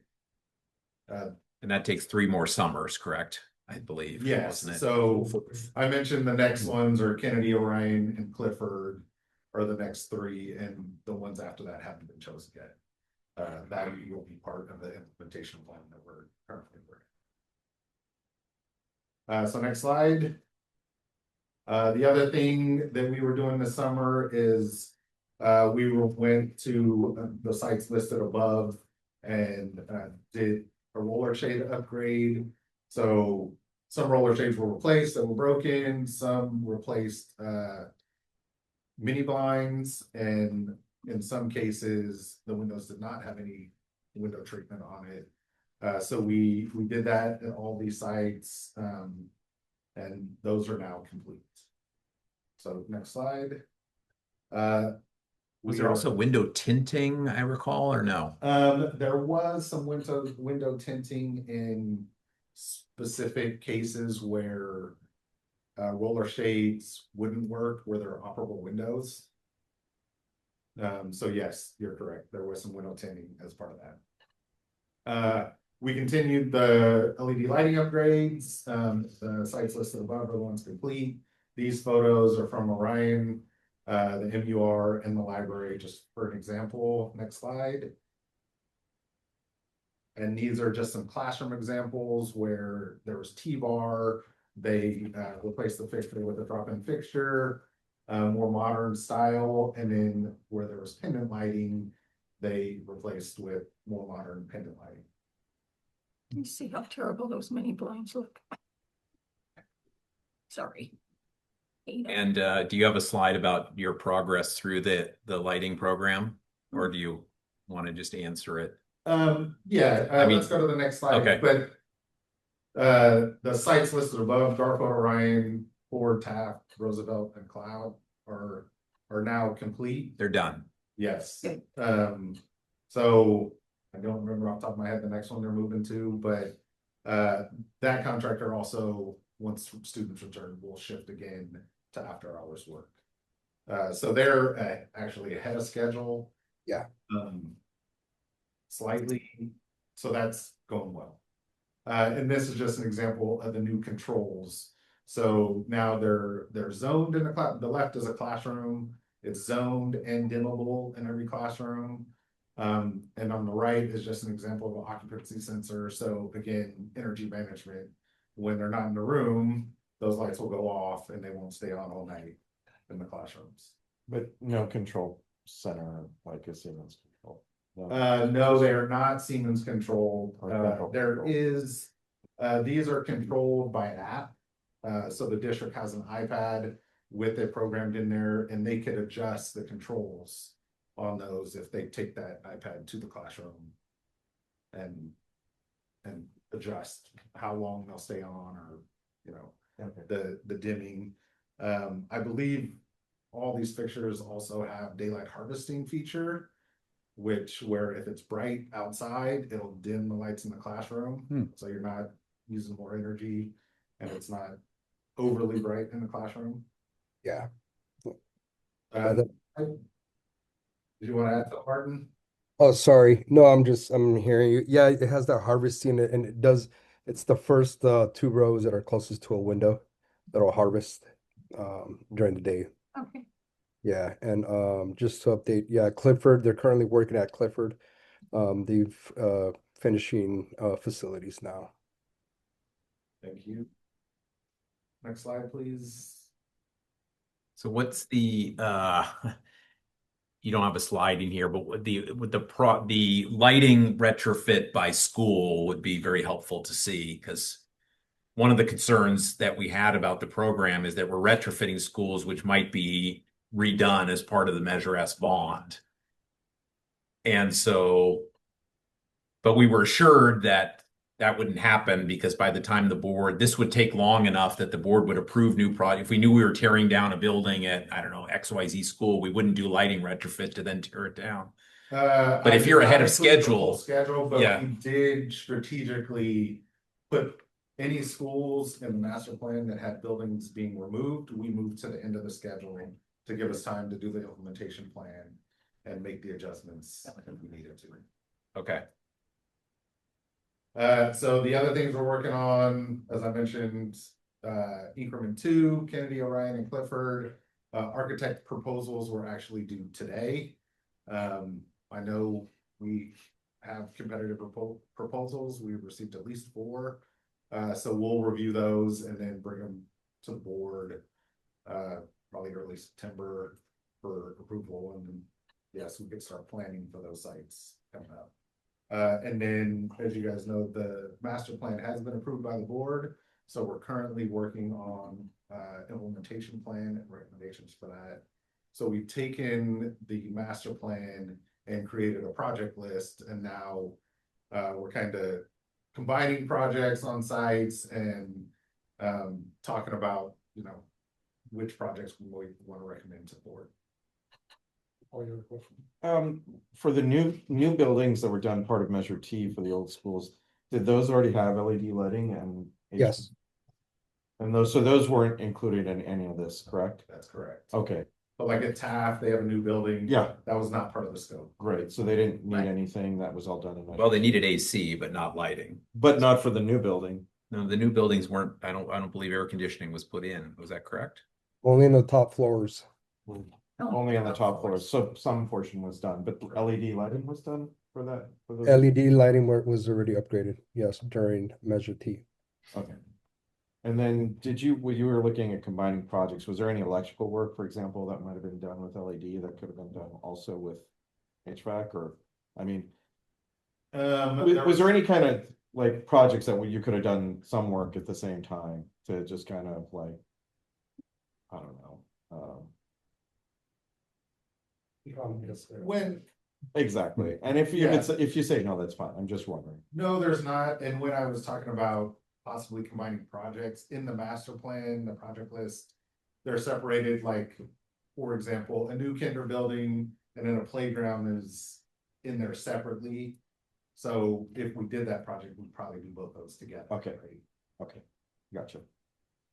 So what, do you have a timeline of when you're putting proposals in front of, is the board, or Rick, is there a board study session that's going to happen with the project list, or what's going to happen next on the Measure S selection process? There will be a board study session. Date has not been determined yet. And then after that, it'll be brought to the board for approval. Relatively short term, right? Not months and months and months, but if you don't have. And that's going to require selling more bonds, correct? Because we're pretty much consumed the first tranche. Yeah, we'll be looking at that in alignment with cash flow and our projects. Sorry. I just have a question going back a little bit. Somewhere in one of these reports, I saw the theatrical or the theater lighting for one of the schools in particular. I think it was McKinley. And there were 2 charges against it. One was install and handle. It was November 23. I think it was in them because it was done 2 years ago. So it's in this report somewhere. Is that what you're referring to? Yeah, it was 34,850 for the handle and then 24,720 for the installation, same location. One was in 23, one was in 24, and they were to install theatrical lighting. Do you know anything about that? I don't know anything about the That theatrical was- lighting, I'm as just part of that curious. LED lighting upgrade, the house lights Oh, are in that, but the theatrical lighting is not. I'm just curious. Just as in to- general, the Okay. theatrical lighting doesn't qualify for the energy savings Correct. for this type of project. Okay, So okay. it's typically not included. All right, I was just curious if it was a good use of. Is that it? Yep, that's my update. Okay. Yep. Great, thank you. So I think just going forward, if you wouldn't mind including more of a project schedule update by school, if we're doing multi-school projects, I think would be helpful for the committee just to see what the overall timeline is, what's completed, what's scheduled out would be super helpful. Thank you. I missed the last meeting. Did you guys look at the master plan? Did you, by any chance, was that reviewed last meeting? Just curious. Any No, other? I don't think, Are the we got an update similar with the last meeting, I can't, what was it? It was before the approval of it. So we did discuss the process, but we didn't discuss the report itself. Okay. Are the Or the master plan. plans updated and posted publicly? Yes, Okay. yeah, I believe they're on the website, but also they were attached to the board item. Okay. They approved it. Okay. Yeah, I was just wondering if they were published publicly so people could look. So It's a great question. They should be. They should. we were, yeah, because they were before for Measure T, and then there was major changes in the district, so I don't know. And then it goes back to Carl's questions about schools and who we're gonna do, and if buildings are torn down, or what buildings are gonna get priority and so forth. More of a curiosity. Well, it's more than a curiosity because it is important that that be publicly accessible. It's part of our remit that the facilities master plan be. So it's a good point to bring up and we should check it. Right, and for example, if they're gonna back burner, for example, the old Orion campus, because they're renting it out. But they have to maintain the facility, I just wanted to know if they have to upgrade the LED and HVAC there as part of this funding. Since it's a building that's owned, or can they defer it and say, no? We don't have to, and we can use those funds for buildings that are part of our district or a charter pool. And again, this isn't to hoo-ha on whoever, but Right. they're renting the buildings, I believe, from the district, unless, do the charters actually rent, or do they? Okay. But we are required. Yeah, whether it's fair market value or not, then. We are required. Thank you. And then I also just curious if they were going to still have priority for funding. Or how did they have to allocate those funds? I know the district has to maintain the facilities. Yeah, and that's what we're doing with the lighting. Those are our facilities, right? So we are putting the lighting in at those sites as well. Okay, Uh, so Haas and the old Orion campus will get them. And then, what was the other one? Xerox, thank you. Xerox and, okay. They'll get lighting, but are they getting HVAC and upgrades? HVACs. Okay, but those might be at the end, near the end. Yeah, the lighting will be in line with, and I don't know where they fall. in Okay. Line, but yeah, probably towards the end, same with presumably HVAC. There's a lot of nuance that I don't need to dive into. Yeah, that's Along with Prop 39 and, I'll say the equivalency of classrooms.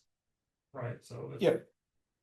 There are, schools that they're compared to when we go through the leasing process, the Prop 39 process. If they have air conditioning, they have the right to ask for air conditioning, right? And then we Yeah. have to make that room equivalent.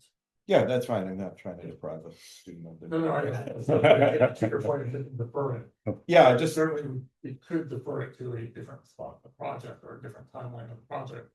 But it would come up during that Prop 39 process of equivalency. okay, thank you. I don't think the facility, I can't find it on the website. So if you wouldn't mind taking an action, Rick, to have it posted. I mean, maybe it's there, but the search doesn't seem to be working and it's not in any obvious place. It's not under Measure ST or the CBOC. So thank you. Good catch. Good, Paul. Yeah. All right. So that was 5-1. 5-2. Will, thank you for being so patient. Next time we can move you to the front if you'd like. But Measure T, it looks like there was a lot of action with solar. Yeah, I mean, our only update is on the solar project. We're working through the design build process.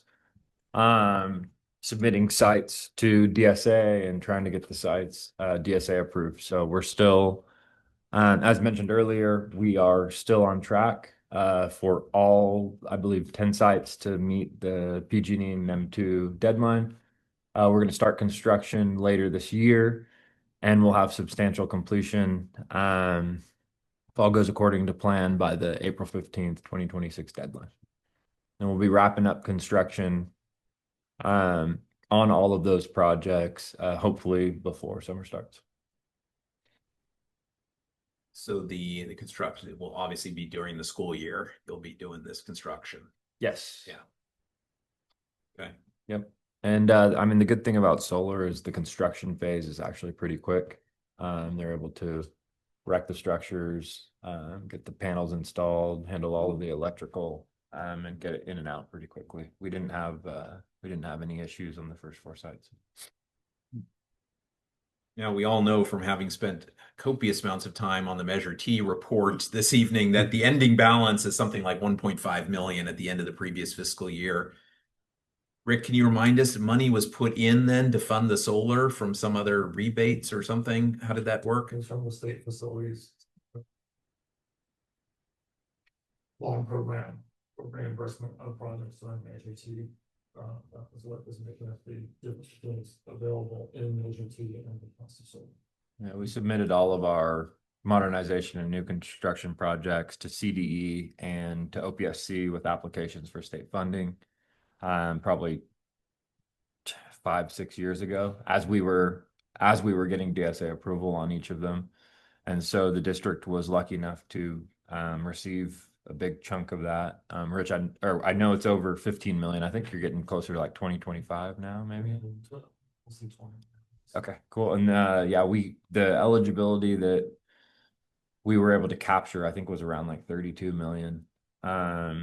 And so we used the bond funds to prepay the district's share, either 40, 50, 60% share, depending on the project type.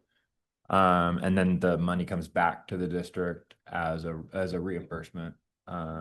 So that we were able to use those funds to commit to the approximate $15 million solar project to go over and above the originally approved 193 million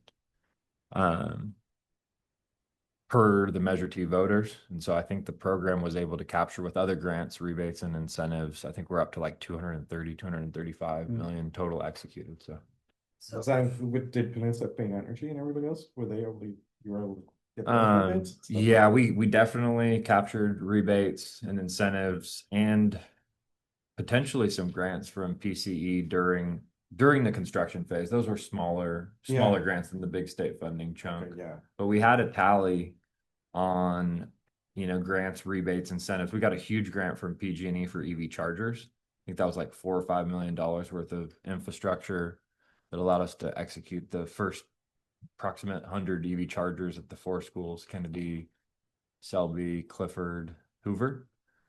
And other rebates, incentives, Bay Area Air Quality Management District, PG&E incentives and grants throughout the program. Is this the Fund 40 then that we see now on the financial statement? That's the balance, or the money in from all these rebates is going to be in that fund. So the And money so is there. The Fund 21 that we've been tracking for years is going to go to zero, or? Yes. So it's on all the different bonds that we sold. Right. And those are accounted for in Fund 21. Fund 40 is reimbursement. We're not moving those funds into 21. And Fund 40 doesn't need CVOC oversight, does it? So we're going to close out Measure T at the end of last fiscal year, or does it still contain a balance through this year? It's still a Measure C project, arguably.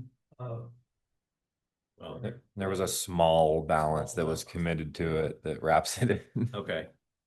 But after April 15th and you're all commissioned and signed off, that's it. Nothing left in T. Okay. Were you able to use those refunds and rebates for whatever you wanted, or was it just funds that you used to work in? And I can't say for whatever we wanted, but geared towards facilities or modernization of school sites. So typically you just reinvested it right back into solar projects then?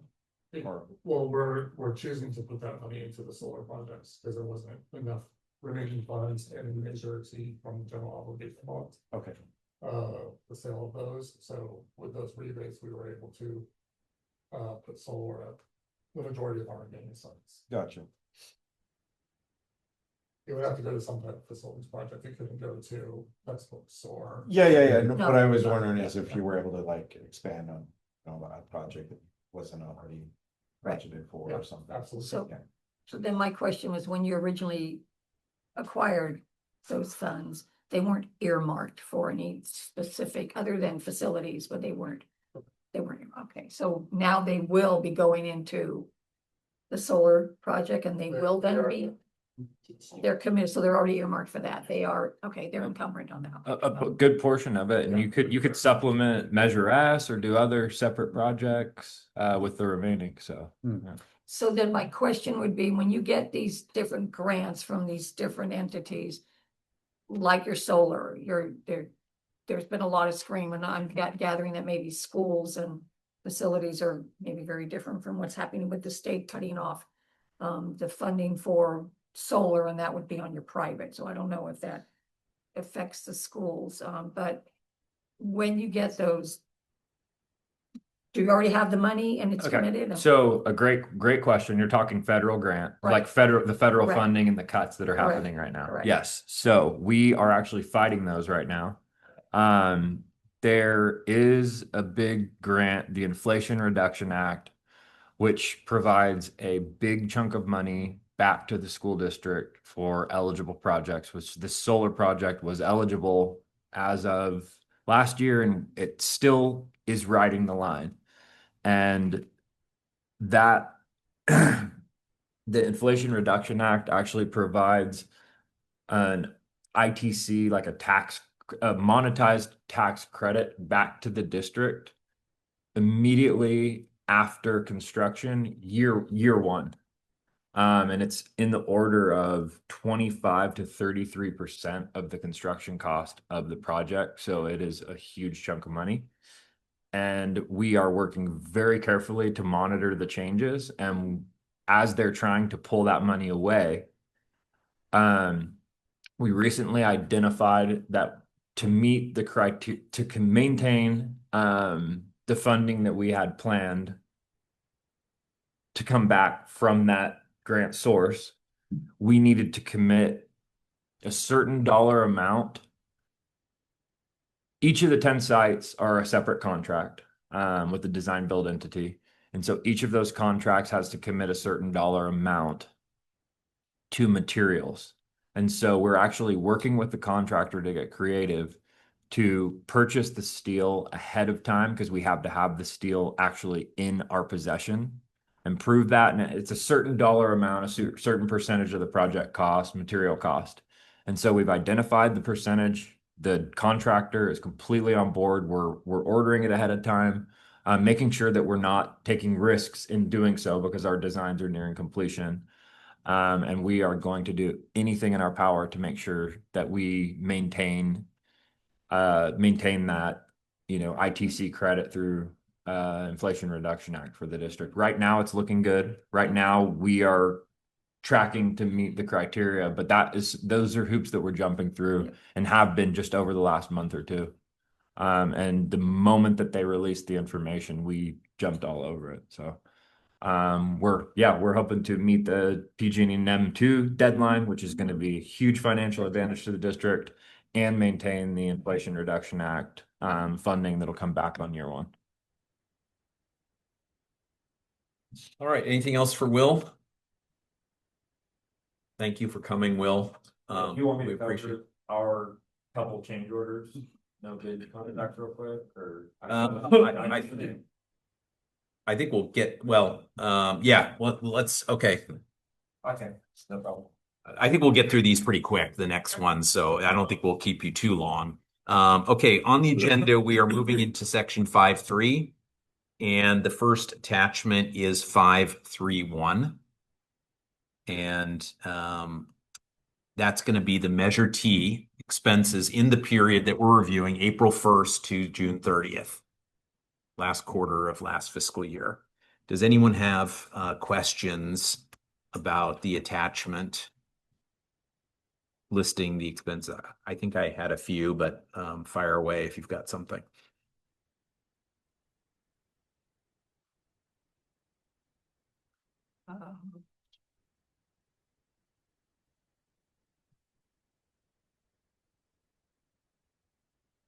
This is basically all solar stuff, right, Will?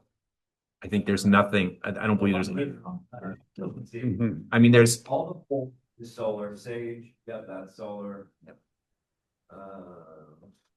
coming is you guys. Yeah. DWK is legal. We've got the auditors in there. HPD might be a common. You guys working with them on site on for Measure S. Yeah, so the majority of this is solar related. Colby Technology, that's us as well. That you? Okay. What was so most of this is tagged solar. So there's some program, and then there's McKinley modernization is tagged with Sage something or other. Is that Sage non-CEC EV bus? Well, and Sage has been supporting the district on a bigger EV charging project. The EV chargers that we originally installed, the software company notified us they were going out of business, and some of the hardware wasn't supported anymore. So and those charge, yeah. So we're This is at the district bus yard, you're saying, for buses, or did the project. okay, The EV charger kind of missed software tagged, but situation is involved with some of the site, the school site EV chargers as well, but this is all focused on the okay. EV bus project, and we captured the EV bus project at the MOT yard within the McKinley site. That was just how we coded it. Yeah, that's fine. Shared building site. Okay. All right. Anything else on 531A? Anyone? Okay. 531B is same, but for measure S now. Any questions on that one? Mine was what's Heritage Bank of Commerce? The big. $228,000 to the bank. I believe that's the escrow account That's- for block construction for the HVAC projects. So the retention goes into an escrow account rather than us building it. So is that a refundable thing once, No. or is this their fees to manage the money? It is the same as retention. So instead of us holding the 5%, they have the option to put it in the escrow account during construction until we release that final retention. Okay, so it's an escrow account, and then it'll come back in at the end based on whether it's. Well, we'll go to that. We'll go to the construction company. So the project's $100,000. $10,000 of retention will satisfy the requirements of the contract. Instead of us holding it in our bank, we're holding it in escrow account, and once we sign off, it's released to Got the it. construction company. Okay. So Oh, Redwood City School District, 26,000. It just says Redwood City School District as the payee. The description is government, which is, I guess, legitimate, but what's the 26,494 total to the Redwood City School District from Measure S for? That's the cumulative of a lot of. Yeah, what is it? Is that the cumulative? That's the total, yeah, that's correct. what line item is that? Well, it's a series, there's a series of line items that are labeled, I think mostly other costs. Yeah, that's the one. And it's called Redwood City School District Government, and they're typically, anyway, it adds up in total to $26,494.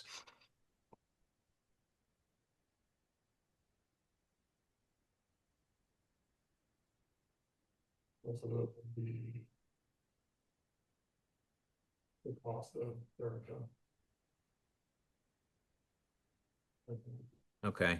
normally that would, well, in the past, that's been coded as, you know, employee expense, accountant, right? So it's just weird how it's showing up as, okay.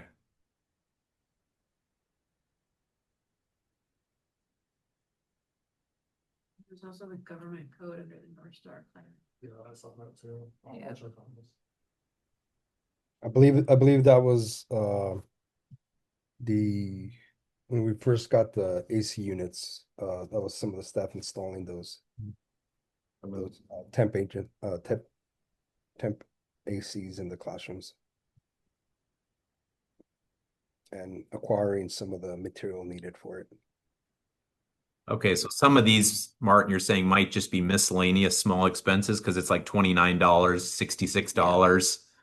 Yeah, I believe so. Yeah, that's stuff that we jumped on it immediately, and I believe North Star was one of them, installing that AC portable units, as well as Roy Cloud and at various sites. Before we got into contract with Block. Okay, and then the other one, the larger ones are mentioned as construction bond, bond program common costs, sorry, bond program general management, and you think it might be the accountant. Okay. Yeah.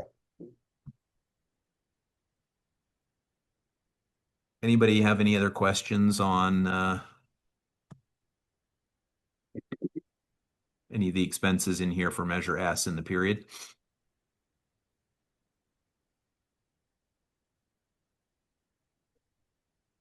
Okay. All right, then that takes us to 532 change orders under Measure T. We have two here that were approved by the board in early April. Yep. Is this what you were referring to earlier, Will? Uh, Maybe not. Okay. Holt Renewables. yeah, these are two change orders to the solar project. Okay. Or measured. And Measure S had no change orders in the period. No. Okay. That takes us to 533, no bid contracts executed in the period. Measure T, there's one Pinelli and Associates. And then Measure S, a number of things that listed there. So Pinelli's he's going to be the DSA project inspector for all of the solar sites. And the 287,000, Will, what was the qualification used that didn't require bidding on this particular item? Yeah. So Measure T, we did an RFQP for IOR services at the start of the program. Selected a pool of firms and individuals and have used most of them throughout the program. And so this was one of the strongest, most proactive and available inspectors that we had worked with during the program. And coincidentally, lives here in Redwood City as well. So setting ourselves up for success on this project. And then under Measure S, any questions on those? The Nick, the Siemens 1.8 million, $1.9 million contract. Can you share with us why that doesn't require bidding? Because that was Omnia, I believe, was our Yes. the pre-negotiated public contract. We've done that when we ordered the HVAC units also. It's like a piggyback type agreement. Yes. You guys are also already publicly negotiated contracts. Okay. It's also a district standard thing. Yeah, Siemens is correct. Thank you. Yeah. So in general, what's the rules or procedures for a no bid contract? Oh, we had a whole session on that. Okay. But if you want the short version, go for it. I don't want to keep. I can send you the video if you'd like, but go for the short version if you want. Yeah. Yeah. Just the real quick short version on these. is it's a piggyback agreement that was competitively priced by another government agency. You can use that. There are some restrictions that are nuanced in that, but also if it's a district standard and Siemens is a district standard, basically we can only use Siemens controls to meet with comply with our BMS system. And so that allows you to purchase it as well without a bid, because that creates a standard for maintenance. It creates a system that functions versus having to bid out different products. And you may have a hodgepodge of different products throughout your district. So though that's how it relates to Siemens. I think somebody said there was a very long discussion a while ago. But yeah, that's how it relates to that one. So I think, Rick, we learned about, I don't know, 4 or 5 different exceptions that allow you to have no bid contracts. Okay. Pre-selected vendors, as Will talked about, Mhm. piggybacking on an agreement that's already been negotiated, below a certain dollar threshold, which that would make Mhm. sense. 75K. Yeah, and a few other things. Yeah, like the creative window interiors is a Cupca contract. Right. Selected. A what contract? Creative windows. Cupca is the name. Yeah. California Uniform Public Accounting Contracts. Yeah. Okay. So the Obstructing Act, there's some pre-negotiated suppliers to any school in Yes. the California. Oh, okay. Approved as a contractor. Oh, interesting. You can use it. Yeah. We just contractor. Good. Those contracts, thanks. So she. Then the consultants, For those. the inspector, our commissioning, special inspection, we did do a request for proposal process to select those, but it's not a public bid. Not a competitive public bidding, but an RFP. Okay. Correct. And I'm noticing a typo that I did that I'll correct. I flip-flopped, Applied Materials is our special inspector and Cypress Engineering is actually our permission agent. So I flipped. Got it. I was wondering that. Okay, anything else on 533? Okay, 534. These are new projects initiated in the period. Nothing under T with the HVAC program that we talked about already under S. Okay, moving along to 5.4a. Now we're in section 5.4. Will, you're excused. Thank you. Oh, okay. 5.4. So, how do you want to handle this, Rick, with Erica not being here? I can go over it or Okay. either way. Okay. So this is Erica's spreadsheet for the fiscal year 24-25 as of June 30th, 2025. We have the Measure T Fund 21 revenues, which is she has 38,000. Expenditures is 482. Measure T Fund 40 year to date is 13.7 in revenues and 1.1 million in expenditures. That's the solar fund we were talking about, right? Nothing for Prop 39. Fund 25 impact fees, nothing also. And we have a total program expenditures of 1.6 million. Is there a way to see on here what the fund balance is on Measure T? I guess you'd have to, not really, right? She has included it before, but it's not there now. I think you'd have to know it was 1.5. We added 38. Well, the 1.5 was at the end of last fiscal. Yeah, so we added 38 and we've subtracted 482. So we're down to about 1 million, I guess, in fund balance roughly, but it's not on here, right, Rick, that number? Okay. And also, just the interest has not been posted yet. Okay. For, fiscal year Q4. So this is unaudited essentially. It's just, okay. But is Fund 20 or Fund 40 the only one you're getting into of, or? No, Fund 21 as well. Okay. So the next, are we ready to move on? Sorry. Any other questions on the 5.4a? Don't see any. Okay, yep. Okay, so the next handout is from our district financial system. This report's Measure T, Fund 21. She's showing an ending balance of 734,000. Oh, yeah, there it is.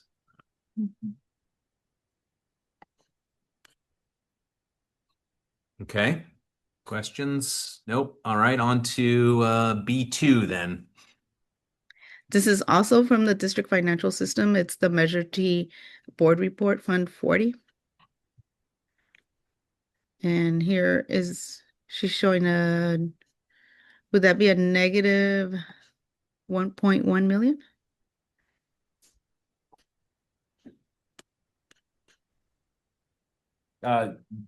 That's our total expenditure. So a Oh, negative that's- being debited from so the 13.8 million is the chunk that they committed from the state funding reimbursement to Right. the solar project. Thank you. Okay. It's a little confusing to read Yes, these, I have it to is. say, because you have beginning balance is the first column, ending balance is the right column, but then you have total fund balance of 12.9 in the first column, which is labeled as beginning, but that's really ending. So it's a bit hard to read. But I think the net is 13.8 we started with. We spent 1.1 and we're left with 12.9 million. I think, is that the correct reading of this? Okay. And this is just information to share with you, obviously the committees. For the function, Right. Yes. So if they get additional incentives and rebates back from the federal funding, would that go back into Fund 40? Potentially, yes. Potentially. Okay. Buy some batteries with that. Okay, I think we're on to the accountability report. We love accountability for Measure T. So this is the accountability report, yes. Separated by school sites and projects. And on the last page, she has an ending balance well, she has a total budget of 228 million, paid 215 million, total expenditures 215, and there's a remaining balance of 13 million, 0.7. And not 215 million number matches the district's primary system. So that's your checks and balances. And then the 228, that's what I mentioned earlier, that the 193 has grown with grants, state funding, all that. And we're sitting right at about 230 million that we were able to execute. Right. That's great. That's good. Okay, moving on. 5.4D. Just a quick question, was there interest ever shown as a separate number that they got from the bond, like as a total? Yeah. As a We get interest updates every quarter. You do? Yeah, and we book it. So I have a line item for every quarter's interest book since the start of the program. Okay. And I can tell you an aggregate, all that. Yeah, I was just wondering what the total for interest was on the entire project, just wondering how much they got actually in interest. It can get, yeah. Yeah, thank you. So this is also another accountability report separated by projects.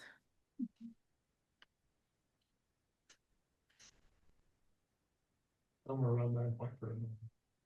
Thank you. Maybe right. I mean, Paul, 1.3 based on 190, the original one. well, remember it's sold in tranches, so you don't have 190 million interest. Right. You have the. Do you guys have your mics on when you're talking, by the way? So we don't issue the whole 193 million in one Right. bond issuance. Yeah. We separated it out. I think we did 3 bond issuances. 3, yeah, don't quote me on that. So you get like that first chunk, which was like 65, Yeah. something like that. And as we're spending it down, you're gaining interest on whatever's remaining. Yeah. That interest is issued quarterly. And then you do your next issuance, and then that adds to the pot that the interest is gained on over time. So Right, so if you did 3, you made like 3 million plus per quarter, whatever. somewhere around there, yeah. I'm just wondering what the percentage was, based on, and how much interest you made.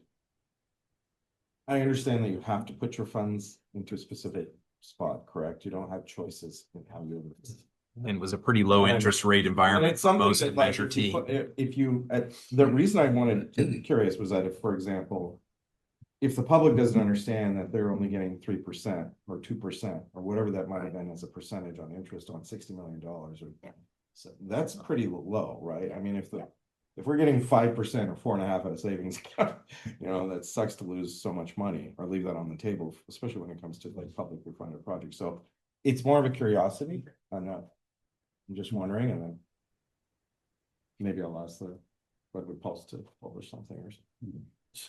How much are we? For awareness, not for. But the interest all went straight back into the Measure T Yeah. 21 and was spent and executed on. Yeah, it's great that we're earning some interest. I'm not saying that's a negative. I think it's great, but just wondering what it was. How much are we paying on them? A lot less than the Right, interest and that that- yeah, the you're taxpayers right. are I'm gonna paying. take- You beat me to it. I wasn't gonna say it. No, That's it's okay. a question. How much are we paying on the bonds? For them to manage the fund. No. No, the interest rate on the bonds, interest. yeah, that the taxpayers are funding. That's where the interest is coming from, right? Right. Yeah. Each sale. Yeah, but I mean, my understanding is that the taxpayers are paying interest on the bonds sold that they're repaying over like 30 years, and then those bonds are sold. The chunk of money goes into the district's account, Right. and then that gains That gets interest them that goes interest. back into the program as It well. helps So fund the program, sure. Yeah. different layers of interest. Yeah. Totally get that one. Create. I think the first tranche of Measure S was at around 4% interest rate for the taxpayers. Yeah, Measure S was 4% for the first 90 million. that the taxpayer paid. Yeah.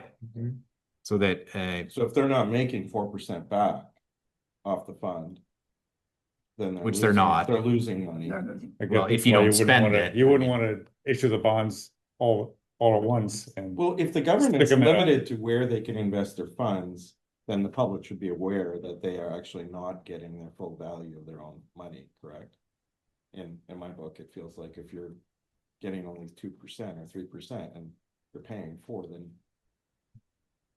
I think it's a lot more complicated. I'm sure than it that, is. A lot more I'm- mechanics and checks and balances and different layers. yeah, I'm sure they have to pay someone to manage the fund as well. Oh, yeah, But sure. it's all there, so, yeah. Sure. Anyway, all right. The management of the funds and the funds happens at the county level. So every school district with a bond in the county there's a fund that those monies go into, and then that earns interest. So that all does happen. It doesn't happen at the district level. It happens at the county level.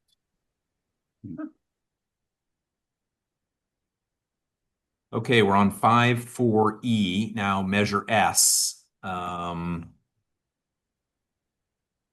This is also from the district financial system for Measure S.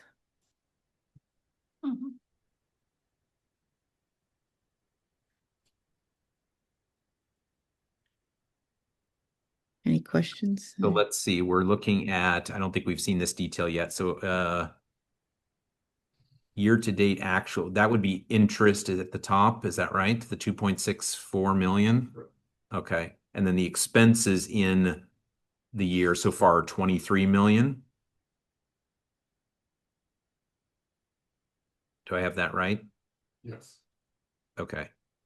Leaving a fund balance at the bottom of 71. Wait. Yeah, okay. And liabilities are money that's encumbered. What is that? You're referring to the 8.9 million sitting Yes, under sorry. account payable setup? Yes. Yeah, what's What that, are the Rick? liabilities? Yes. Is that encumbered money? Is that? I'm guessing the 8.9 million is invoices that have been submitted but not yet paid. I'm guessing. That Because makes you haven't sense. take that as an accounts payable, That, yes, Yeah. that makes sense. Okay. but I'd Thank rather hear it from them. Thank you. But that makes sense. Okay.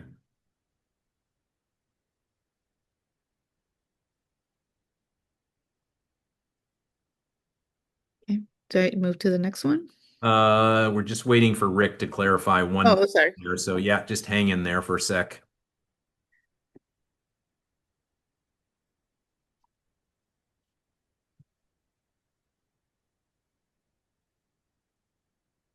Yeah, as far as accounts payable.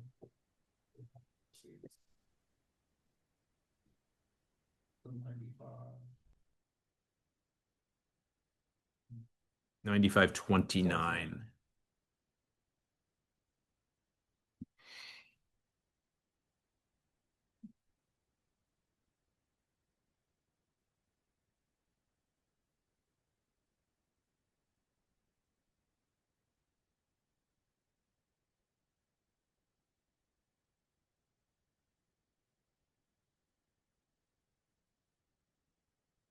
So while Rick is looking that up, just to maybe restate the obvious, if you remember the Measure S report that we were looking at earlier, we ended the year previous with roughly 91 million in the Measure S fund.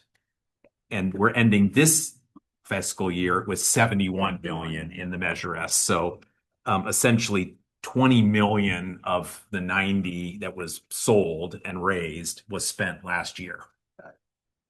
And most of that, I think, was the HVAC project getting kicked off. And maybe some of the lighting project getting kicked off. So there's 71 million there. I think most of that, my recollection, is committed when you add up the HVAC, the lighting, Over time. and the facilities master plan and such over time. Yeah. Yeah, a little bit of a difference between committed and planned. Most of it's planned. Planned. Committed would be something that we had encumbered where we have a contract that we haven't paid on. So yeah, most of it is planned but not committed. But it's planned expenses, the entire 90 million for HVAC and just lighting? Or If you look at it from a standpoint of total project costs, we've done essentially 4 school sites at this point. Yeah. Right, for, let's use round numbers, $20 million. When you push that out to the remaining sites, Yeah. you know, you're looking at $70-80 million of HVAC through the Measure S program. We have not encumbered or contracted for those additional sites yet. Yeah. But to Carl's point, that essentially would be used It's for a planned HVAC. approved Yeah. expense. And then But- the lighting project was what, 17 million, I think? So when But- you add all that up, you get to about 90. That's essentially earmarked, maybe. That's It would be fair, but some of those projects might not come out of this money that's in the bank, so to speak, right now. It might be in a future sale of bonds, right? Because we may choose, or we will choose to do other projects next summer, along with HVAC once the implementation plan is done, where some of the existing money may be used for that. And some of the last sites may not get funded until we sell our second or third tranche of bond proceeds, or what's authorized under the general obligation bond. But none of those funds will be to building projects or any kind of other upgrades that we did, like for Measure T. We did quite a few building upgrades, and It's really all earmarked for the quick start project that the board identified, which was the lighting and the HVAC, essentially. Yeah. Well, that's what's committed at this point. Not all of the money, not that, of that 71 million, not all of it is earmarked for HVAC. Right now, only 20 million and the 17 million for the lighting is. There may be other projects that make up that 71 million roughly. And then we'll sell another tranche of bonds that may complete the HVAC project. Sure. Right? But if you project out the cost of the lighting and the HVAC through the life of 4 or 5 more years, it adds up to roughly 90. Yes. Yeah.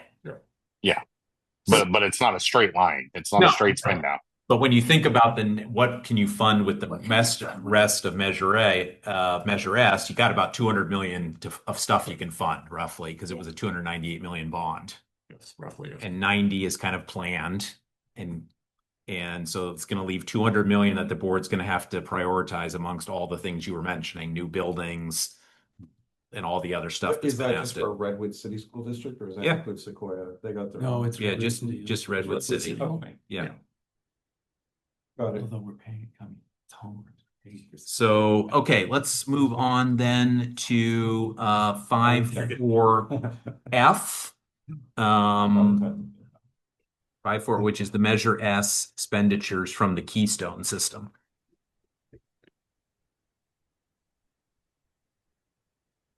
And if we go to the last page, it's separated by projects.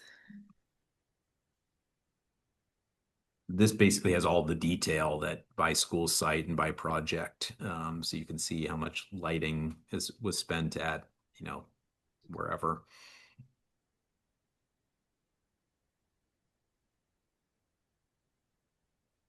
So we have a total expenditures of 24.7.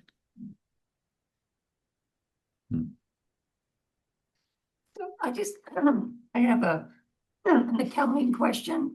So when the total, excuse me, you said 24.7.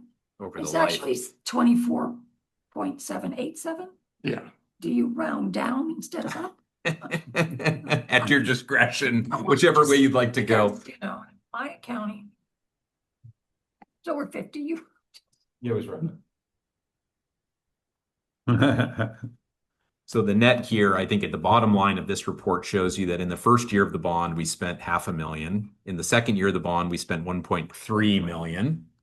And last year in the bond, we spent 23 million for the 24.8 total. How's that? Is that good? That's helpful to see the progression of the spending. Yeah. Okay. Any questions? I think that was the last attachment 5.4, correct? Correct. Okay. That takes us to 5.5. I put this on the agenda. One of the responsibilities of the Citizens Bond Oversight Committee is to perform site inspections. Since we have now spent 20 some odd million and more, because now we're well into the first part of the new school year, we have the opportunity, if we want to take advantage of it, to go see these HVAC and LED lighting upgrade installations.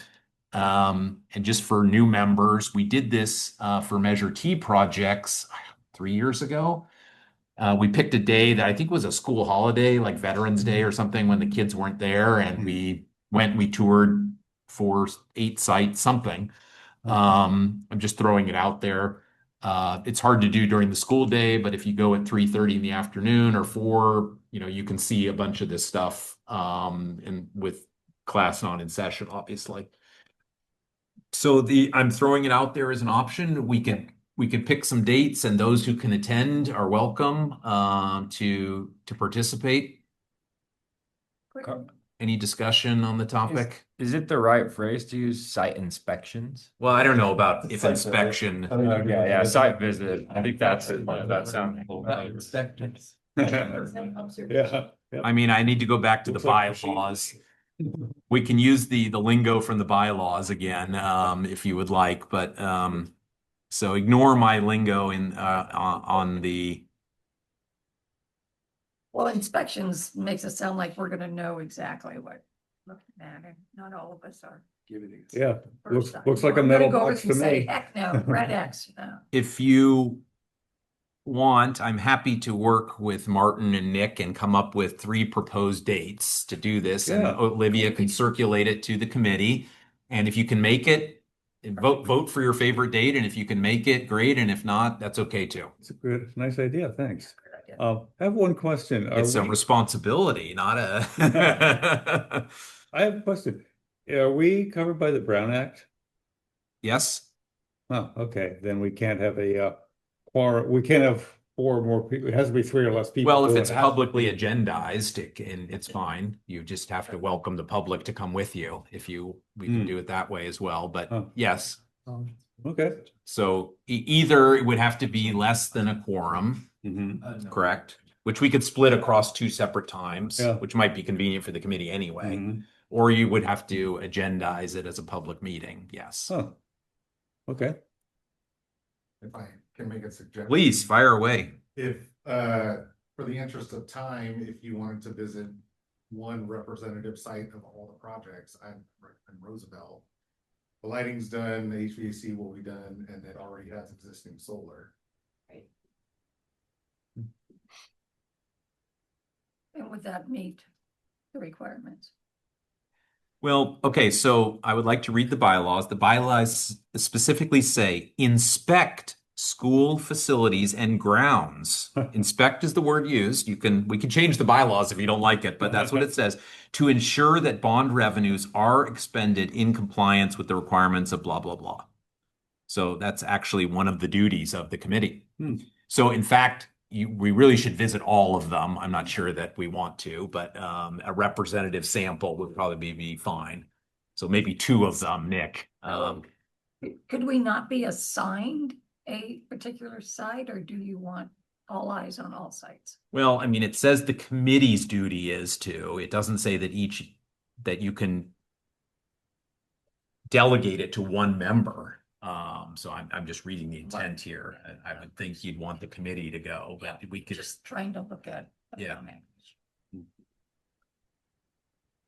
So why don't we do this? As I said, we'll work on some proposed date. Maybe we'll come up with 2 dates. And if we can split the committee across 2 visits that are convenient for the schools, for the staff and such, then it would be less than a quorum and all's well.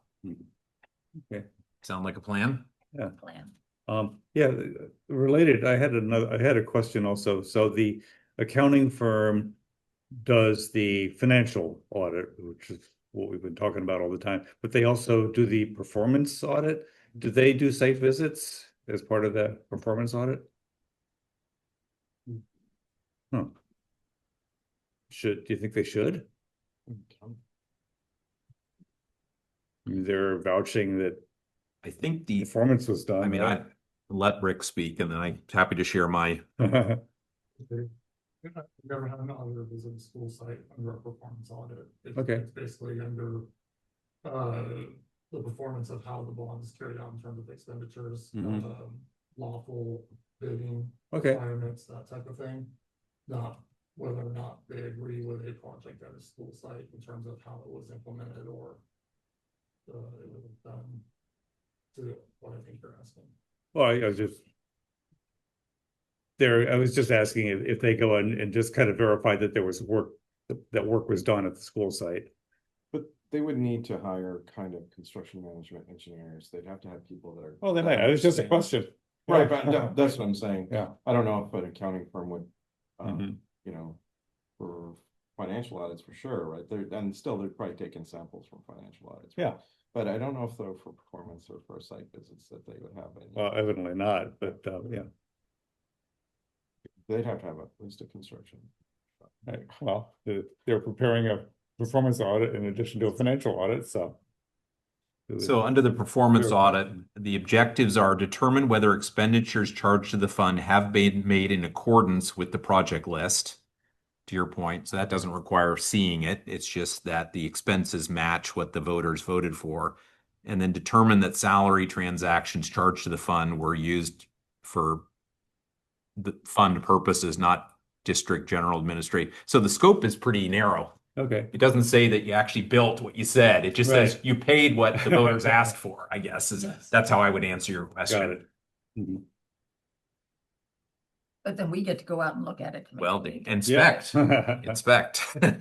Okay, so we'll come back with some dates for site inspections. If you can make it, it would be great. I'm sure all of you would like to see how the money's being spent. So look forward to seeing you there. And that takes us to the last item, well, second to last, discuss future meeting dates. So as a reminder, Wednesday, November 5th.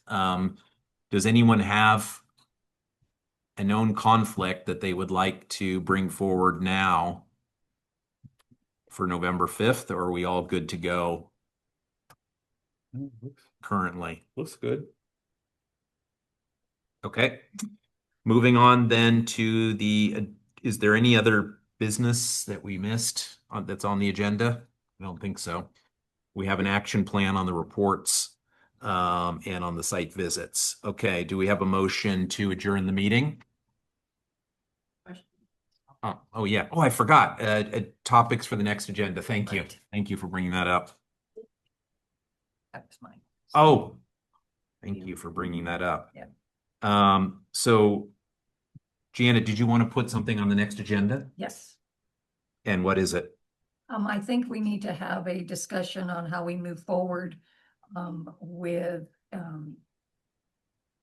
Removing Jacqueline as a member? that sounds so harsh. I but know, don't have a well, choice at this point. I That's think. the language of the bylaws It is is, that. it's the language of it, so. Hmm. And that is disturbing. I'll go on record saying that because I think anyone that took the opportunity to research this committee and want to be on it, obviously life has done something that has stopped this person from being able to attend. And I want them to know that their position and their person in that position is valued. But we have a requirement and a responsibility to fulfill that requirement. So we need to move forward with that. As hard as that is, we need to move Yeah. forward with it. That's been a year of absences for 4 meetings in a row, so. That opens a spot for, I'm sure there's a long line of people waiting to get on to the committee, so, Well, okay. that's another reason why we had the luxury of giving as much time as needed for this person and, Okay, so I I, really want them to know, when you convey this message, I really want them to know that the committee is not moving forward with this without realizing possibly the impact to how they'll feel about it, but obviously they can't attend the meeting, so. But they are valued. okay, so we have, for the next meeting agenda, that item. We obviously have the approving of the revised annual reports item. Then we have all of our standard stuff. Is there anything else that someone would like added to the agenda for the next meeting? We asked for a projection of like timeline, not necessarily Gantt chart, but a quarter. That might not be next quarter, it might be next year. But You mean work on the currently authorized projects or projects that the board might be considering for the future?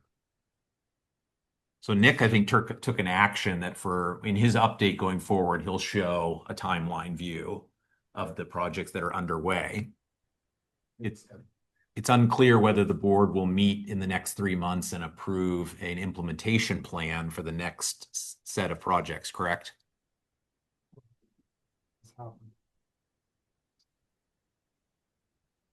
I'll make a note to put it on here. For me, it would have just been the facilities master plan. That's not necessarily an item that we have to discuss, it just if it's publicly available. Again, it's more just to look at and for curiosity.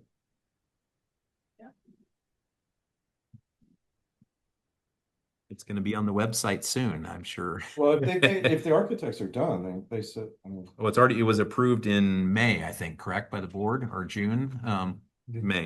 June. The board approved the final, and so it's done and approved. Just needs to get posted. Yeah. That would say like maybe a lot of questions for me asked. So. It's all in there. It's quite a wish list. It's a beautiful thing. Yeah. Yeah. There's $1 billion worth of stuff in there, right? A lot. Yeah. Okay. Anything else? Last call for agenda items for the next meeting? Nothing? Okay. Great. So let's move to, do we have a motion to adjourn? Jen, second. Second.